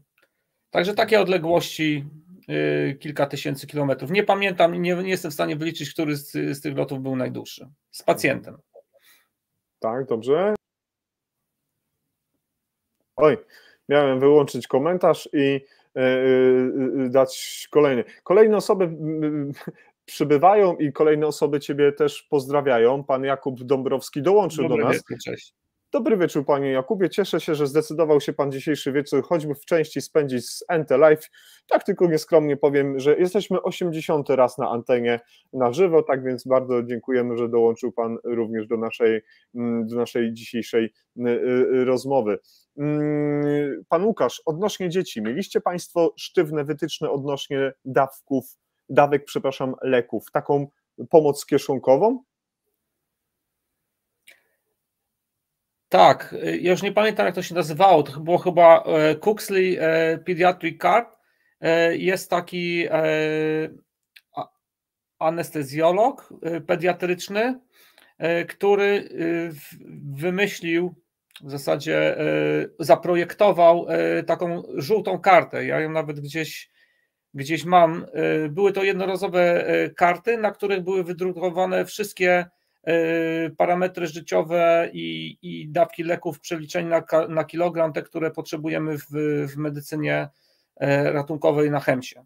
Także tak było, używaliśmy tego w formie papierowej. Oczywiście są różnego rodzaju kalkulatory pediatryczne, które polecam używać. Także każdy musi sobie wybrać najlepszą metodę, ale oczywiście zawsze dawki leków pediatrycznych przeliczamy na kilogram i jest to bardzo ważne, więc polecam. Także te kalkulatory dostępne na smartfonach. Myślę, że też, drogi Tomaszu, warto też rekomendować specjalistyczne kursy pediatryczne, tam gdzie na tych pediatrycznych kursach, szkoleniach rozkładamy na czynniki pierwsze całe procedury, cały algorytm postępowania z małymi pacjentami, bo znajomość dawek to jedna, ale umiejętność ich implementowania w odpowiednim czasie, to wydaje mi się, mogę się oczywiście mylić, jest równie ważna. Zgadzam się w 100%. Okej. Było pytanie tutaj odnośnie pana Mariusza Stefana Andrzejczaka. Drodzy widzowie, pan Mariusz pyta, dzień dobry, w jaki sposób chciałby pan implementować narzędzia, o których pan mówi w ramach ZRM w Polsce? Kto ma prowadzić nadzór nad merytoryką kluczowych procedur? Na chwilę obecną cały czas mówimy o inicjatywach oddolnych. Pan Mariusz Stefan Andrzejczak pozdrawia bardzo serdecznie. No to jest rewelacyjne pytanie. Kto powiedział, że ja bym chciał implementować te narzędzia? Właśnie o tym jest te całe spotkanie. My tutaj się spotykamy i jest tutaj prawdopodobnie 50, może 100 osób i rozmawiamy o tym, o naszych doświadczeniach oddolnych, jak postępujemy i co robimy. Natomiast mam wrażenie, że tak naprawdę implementować pewne narzędzia powinny osoby za to odpowiedzialne. Jest Ministerstwo Zdrowia, są odpowiednie struktury, które powinny na bieżąco to śledzić, monitorować, wdrażać. Naprawdę jest bardzo ciężko iść pod prąd i jak wiatr ci wieje w oczy i wdrażać pewne narzędzia bez wsparcia systemowego. Można to robić dla grupy entuzjastów, ale bez wsparcia finansowego, systemowego jest to mało prawdopodobne. Także naprawdę ja nie mam pomysłu w tej chwili, nie jestem ani ministrem zdrowia, ani osobą odpowiedzialną za ten system i może Bogu dzięki.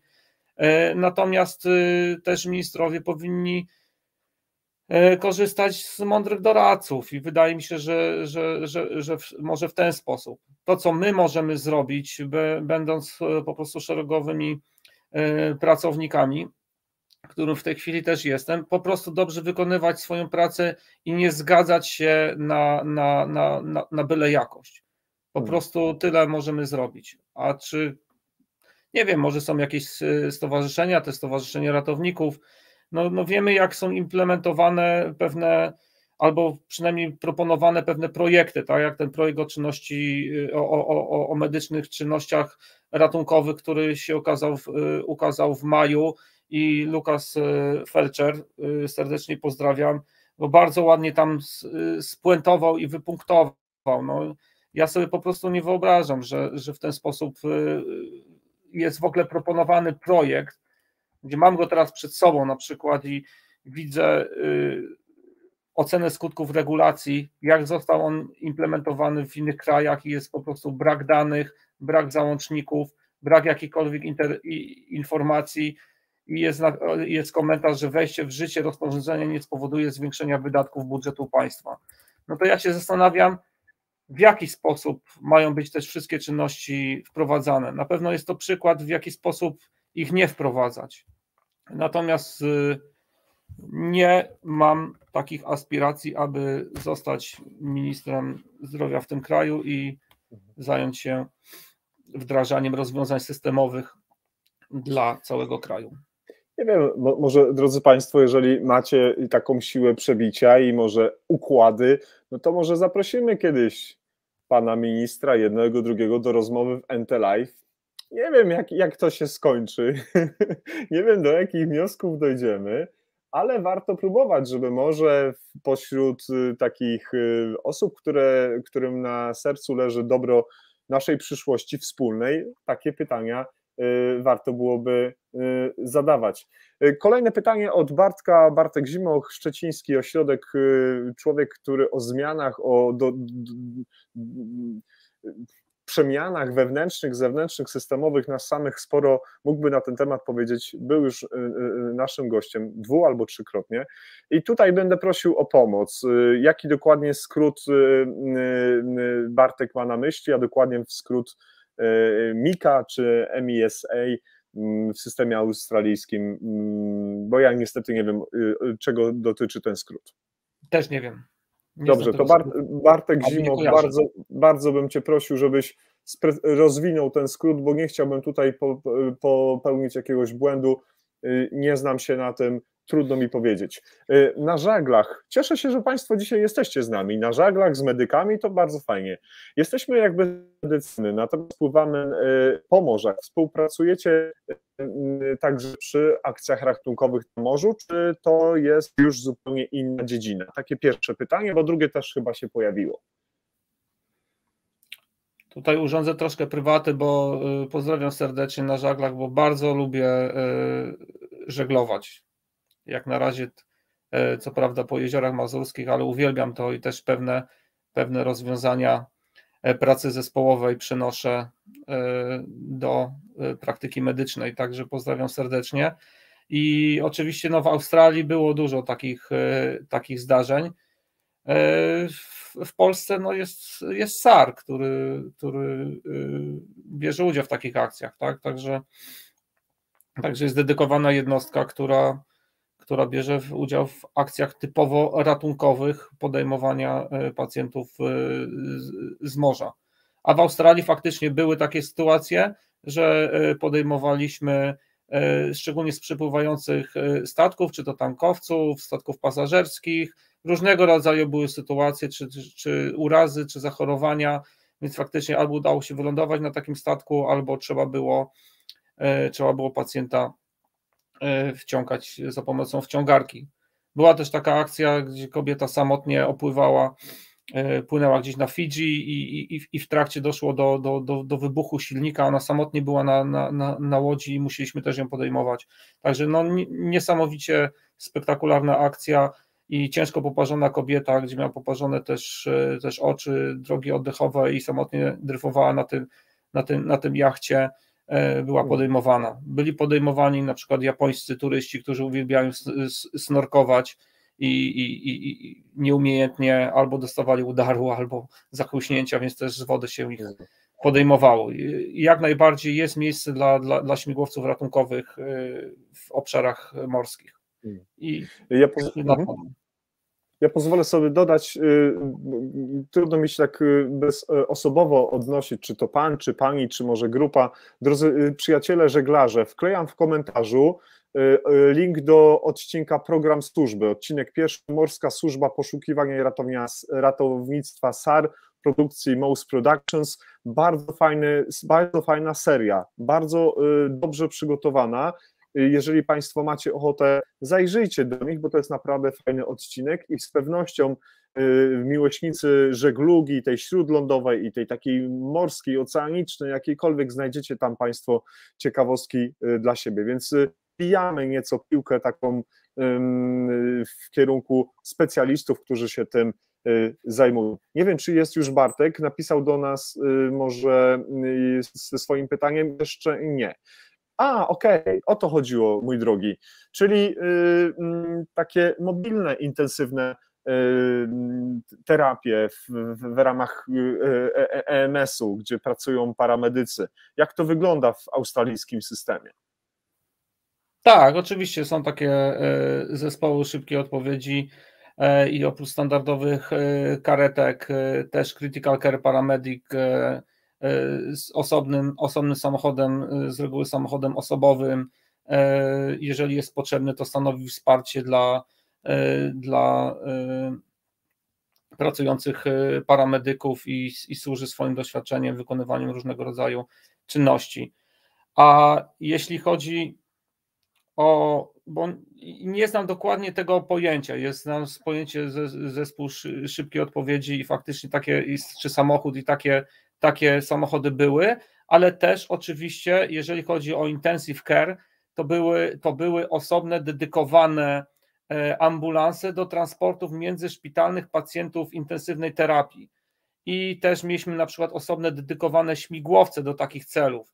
Jeżeli był jakiś transport neonatologiczny dziecka w ciężkim stanie, czy pacjenta już typowo pomiędzy ośrodkami intensywnej terapii, pacjenta do ECMO lub z ECMO, coś bardziej skomplikowanego, wykraczającego poza lot do zdarzeń, czyli transport międzyszpitalny, były do tego dedykowane śmigłowce, były do tego dedykowane też karetki naziemne i takie transporty były wykonywane.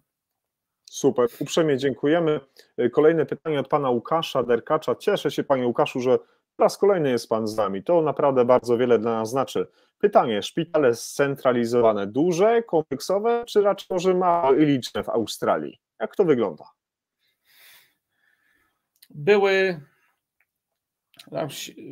Australijczycy się śmiali, że w Australii szpitalem może być nazwane wszystko, co jest wielkości wiaty autobusowej i można tam wstawić jedno łóżko, więc faktycznie na Outbacku te ośrodki były bardzo, bardzo podstawowe i jednak było dążenie za pomocą transportów międzyszpitalnych, za pomocą HEMS, Royal Flying Doctors, aby ci pacjenci, szczególnie w stanie krytycznym, czy pacjenci udający się na jakąś operację, trafiali do dużych, scentralizowanych ośrodków typu Sydney, typu Brisbane.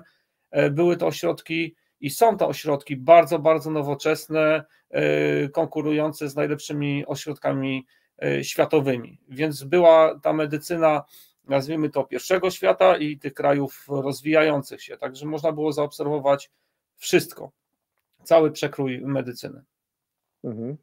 Pojawił się wcześniej od pana Pawła, prawdopodobnie, jeżeli dobrze pamiętam, taki bardzo ciekawy komentarz. Ja go postaram się zderzyć z tym, co ty napisałeś w materiałach, które od ciebie dostałem.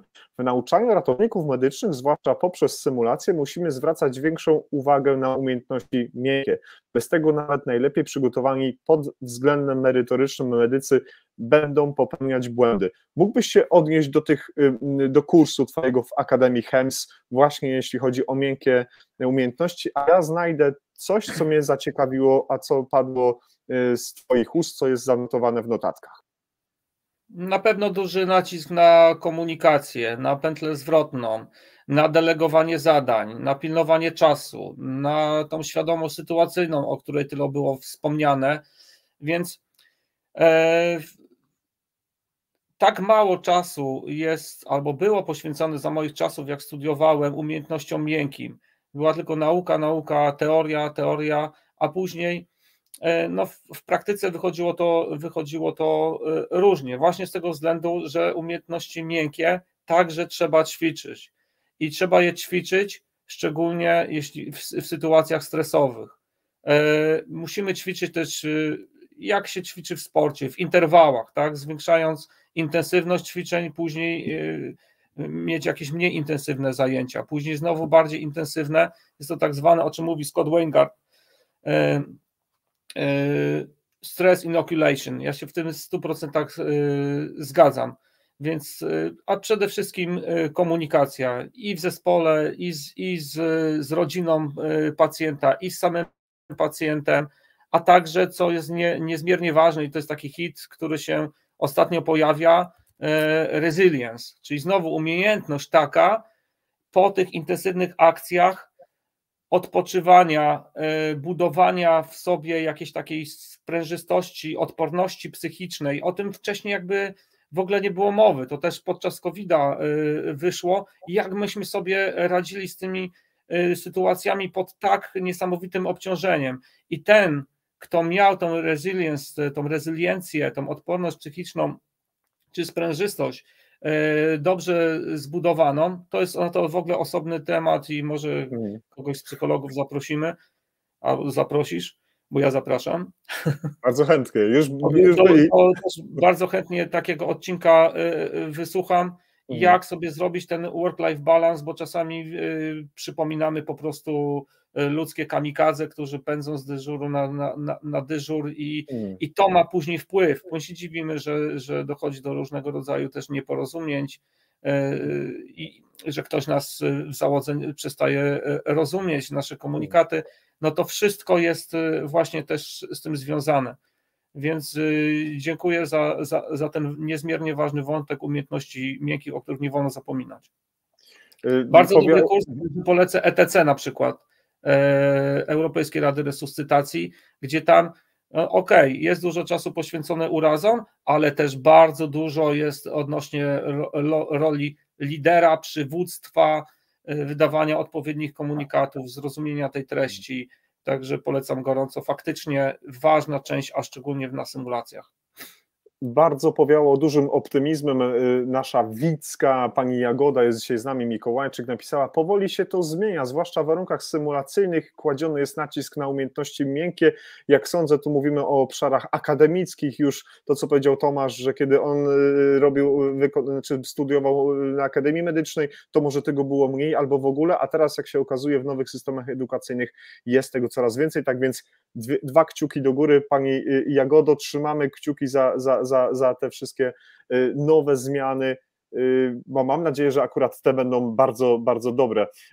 Na Żaglach portal napisał: dziękujemy, lubimy zgłębiać różne tematy, również pierwszą pomoc. Zaglądajcie na różne kursy, drodzy Państwo, w bio, które przedstawiałem na początku naszego gościa. Tych kursów, szkoleń, warsztatów, wszystkiego jest od groma. Uczmy się, rozwijajmy, bo to nie tylko frajda, ale możliwość poznawania nowych, ciekawych ludzi, ale budowanie lepszego kapitału bezpieczeństwa dla siebie i dla bliskich.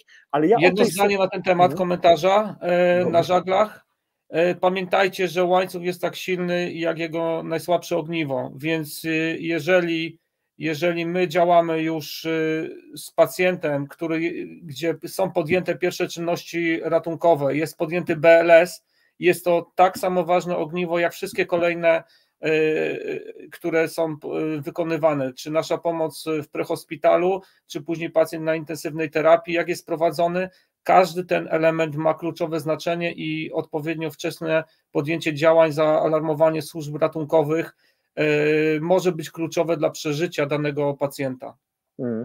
Pojawił się kolejny pomysł odnośnie osoby pana Łukasza. Może podyplomówka z managementu w ZRM-ach, może MBA w zarządzaniu w ZRM-ach, w EMS-ie. To jest wyzwanie nie tylko dla takiego specjalisty jak dzisiaj Tomasz, który jest również specjalistą z zarządzania w ochronie zdrowia, ale może to jest taki ciekawy pomysł. Kto wie, kto wie. To już jest drugi dzisiaj pomysł, jak można ten 2023 rok ubarwić tymi ratowniczymi bombkami na naszej choince. Tak więc myślę, że warto to zrobić. Tutaj pani Małgosia też napisała, że w Warszawie był kapitalny łańcuch przeżycia, który zadziałał. Wiemy, pisali o tym, to nie z mojej karetki. Pani Małgosia tutaj więcej szczegółów pewnie na ten temat może powiedzieć. Dziękuję w ogóle pani Małgorzato, że jest pani z nami. Jest pani jedną z najbardziej aktywnych tutaj osób za każdym razem.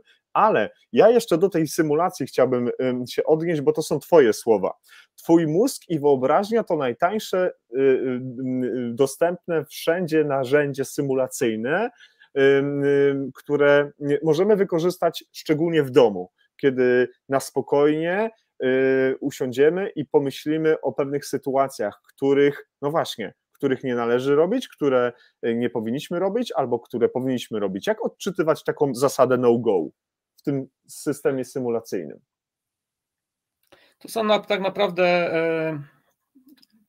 poruszone dwa wątki.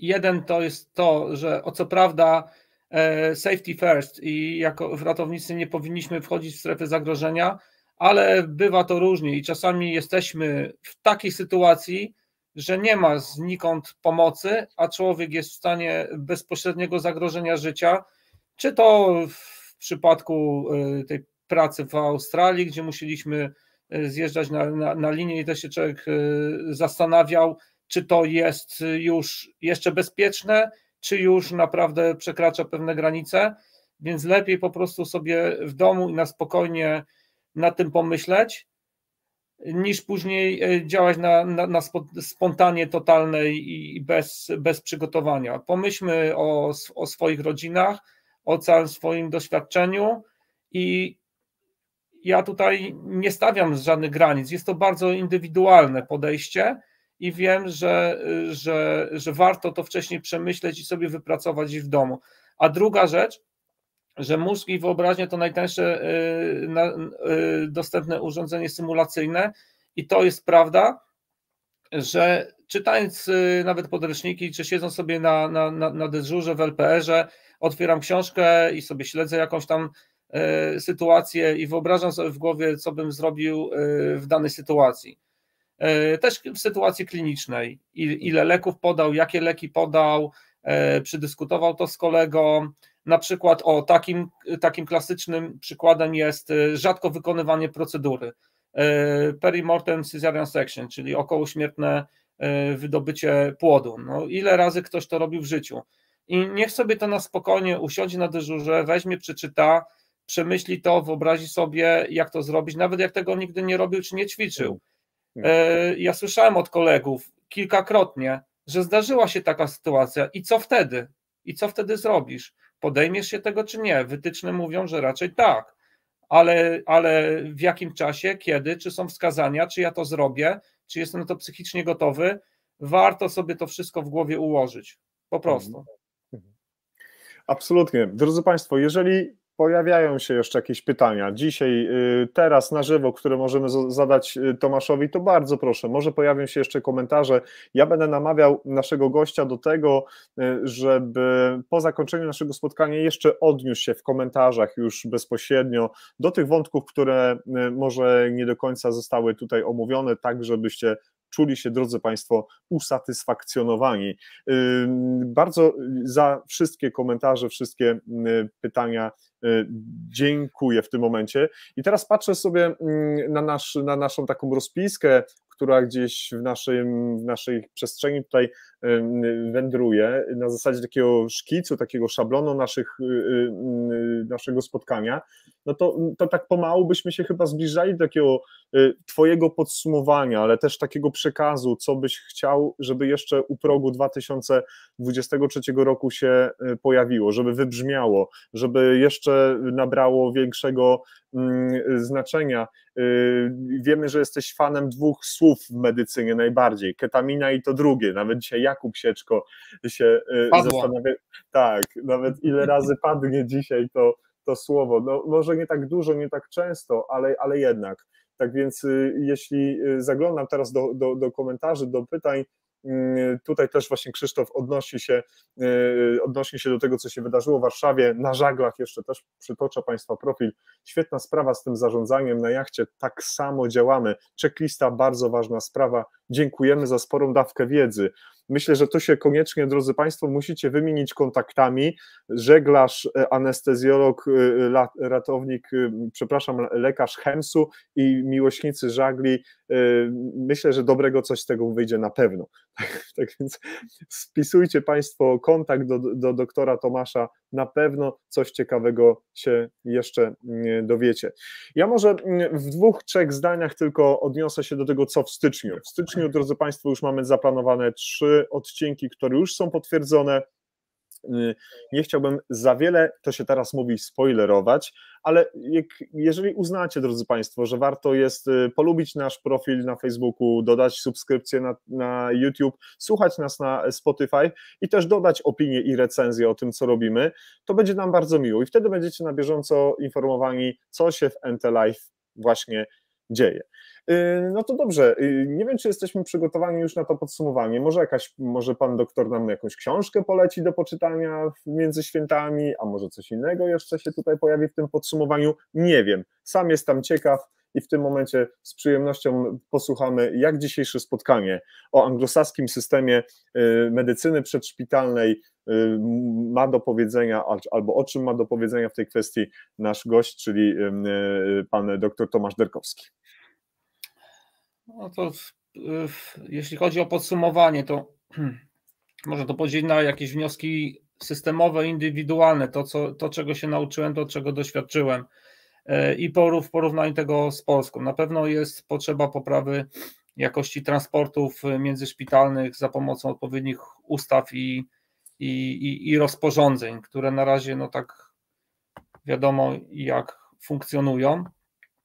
Jeśli chodzi o zarządzanie kliniczne, jest to jeden ze sposobów poprawy systemu jakości i efektywności w ochronie zdrowia. No i takim specyficznym elementem typowo anglosaskim jest na pewno zaangażowanie użytkowników, nazwijmy to, tego systemu, także każdy bierze część odpowiedzialności i każdy bierze udział w zarządzaniu, więc to moglibyśmy przenieść na polski grunt. Jeśli chodzi o medycynę przedszpitalną, to wierzę, że jest to rozwijająca się dynamicznie dziedzina, która w wielu krajach jest już kursem pod specjalizacją, więc mam nadzieję, że kiedyś w Polsce przynajmniej będzie umiejętnością z bardzo szerokim zakresem wiedzy, być może nawet z egzaminem. To, co mówił kolega Paweł, duży nacisk na umiejętności miękkie. Rozmawialiśmy o tym. Wydaje mi się, że można poświęcić temu pełen program. Bardzo wiele błędów wynika z nieprawidłowej komunikacji, briefing, debriefing, handover, czyli przekazywanie też pacjenta, żeby pewne informacje nie umknęły, a także spotkania branżowe, clinical governance, czy ten mortality i morbidity meetings są niezmiernie ważne. Też mowa o spotkaniach, o czym pewnie żeśmy nie poruszyli tego wątku, ale o spotkaniach, na którym są różne służby po zdarzeniach masowych, jakie wnioski są wyciągane, a nawet przy różnych innych zdarzeniach, jak te jednostki między sobą współpracują, jak się komunikują i wnioski, jakie mogą być z tego wyciągnięte. Checklista to jest już kolejny wątek, który poruszaliśmy, ale także listy algorytmy, wytyczne, Vortex, Speedbomb, o tym wszystkim, o czym mówiliśmy, warto się z tym zapoznać. Jest to wszystko między innymi w podręczniku Medycyna Przedszpitalna, który gorąco polecam. Poruszaliśmy też temat Just Culture i błędów medycznych, a także systemu No Fault i tutaj bardzo kibicuję, aby taki system kiedyś w Polsce powstał, żebyśmy mieli przestrzeń, bezpieczną przestrzeń, aby udoskonalać i poprawiać jakość w ochronie zdrowia. Na żaglach, pamiętaj, łańcuch jest tak silny jak najsłabsze ogniwo. Bądźcie silnym ogniwem i ratownictwo to gra zespołowa, jesteście też częścią zespołu. I teraz wnioski indywidualne dla każdego z nas, ale przede wszystkim dla mnie, czego nauczyłem się, będąc w tych krajach anglosaskich i pracując. Aby unikać przeciętności, byle jakości, nie godzić się na to, nie popadać też w samozachwyt, w nadmierną pewność siebie, aby każdego dnia budować taki zbalansowany, zrównoważony tryb życia przy grupach wsparcia, razem z rodziną, nie zapominać o tym, gdyż to da nam lepsze rezultaty takie długofalowe. Poznajmy granice własnych możliwości, szkolmy się i tam też można wystawiać się na próbę i poznawać te możliwości. A przede wszystkim życzę każdemu, żeby spełniał swoje marzenia, odkrywał swój potencjał i dbał o siebie. I to są takie moje świąteczne życzenia do wszystkich. Wesołych świąt. Super, pięknie, wspaniale. To jeszcze zatrzymując Ciebie, Tomaszu, tutaj w naszym studiu NT Live, to jeszcze kilka komentarzy i ciekawych spostrzeżeń. Gotowi do ratowania, jak zawsze, sztos, NT Live oraz goście. Dużo dobra, dużo merytoryki, dużo ciekawych informacji, dużo rozwojowych tematów. Dobra robota, good job, good job. Tak więc jesteśmy za taką opinię naprawdę bardzo wdzięczni. Pani Zuzia Rędziuch, dziękuję, mimo że wciąż jestem w liceum, wszystko było dla mnie zrozumiałe, wartościowe i interesujące. Na pewno przyda mi się to w przyszłości, zwłaszcza najlepsze były odnośniki do innych źródeł. Proszę bardzo, Pani Zuziu, polecamy się, bardzo proszę. I jeszcze tutaj jest pan Jarosław, checklisty pomału wkraczają nasze poletko, polskie realia, jedyne rozwiązanie to kucie betonu i mówienie, że taki standard jest czymś pożądanym w nowoczesnej medycynie, a PRL już się dawno skończył. Dziękuję bardzo za istotny wykład. Panie Jarosławie, nadal polecamy tę książkę, link w komentarzach, gdzie go można znaleźć, bo tutaj żeśmy naprawdę dotknęli tych tematów.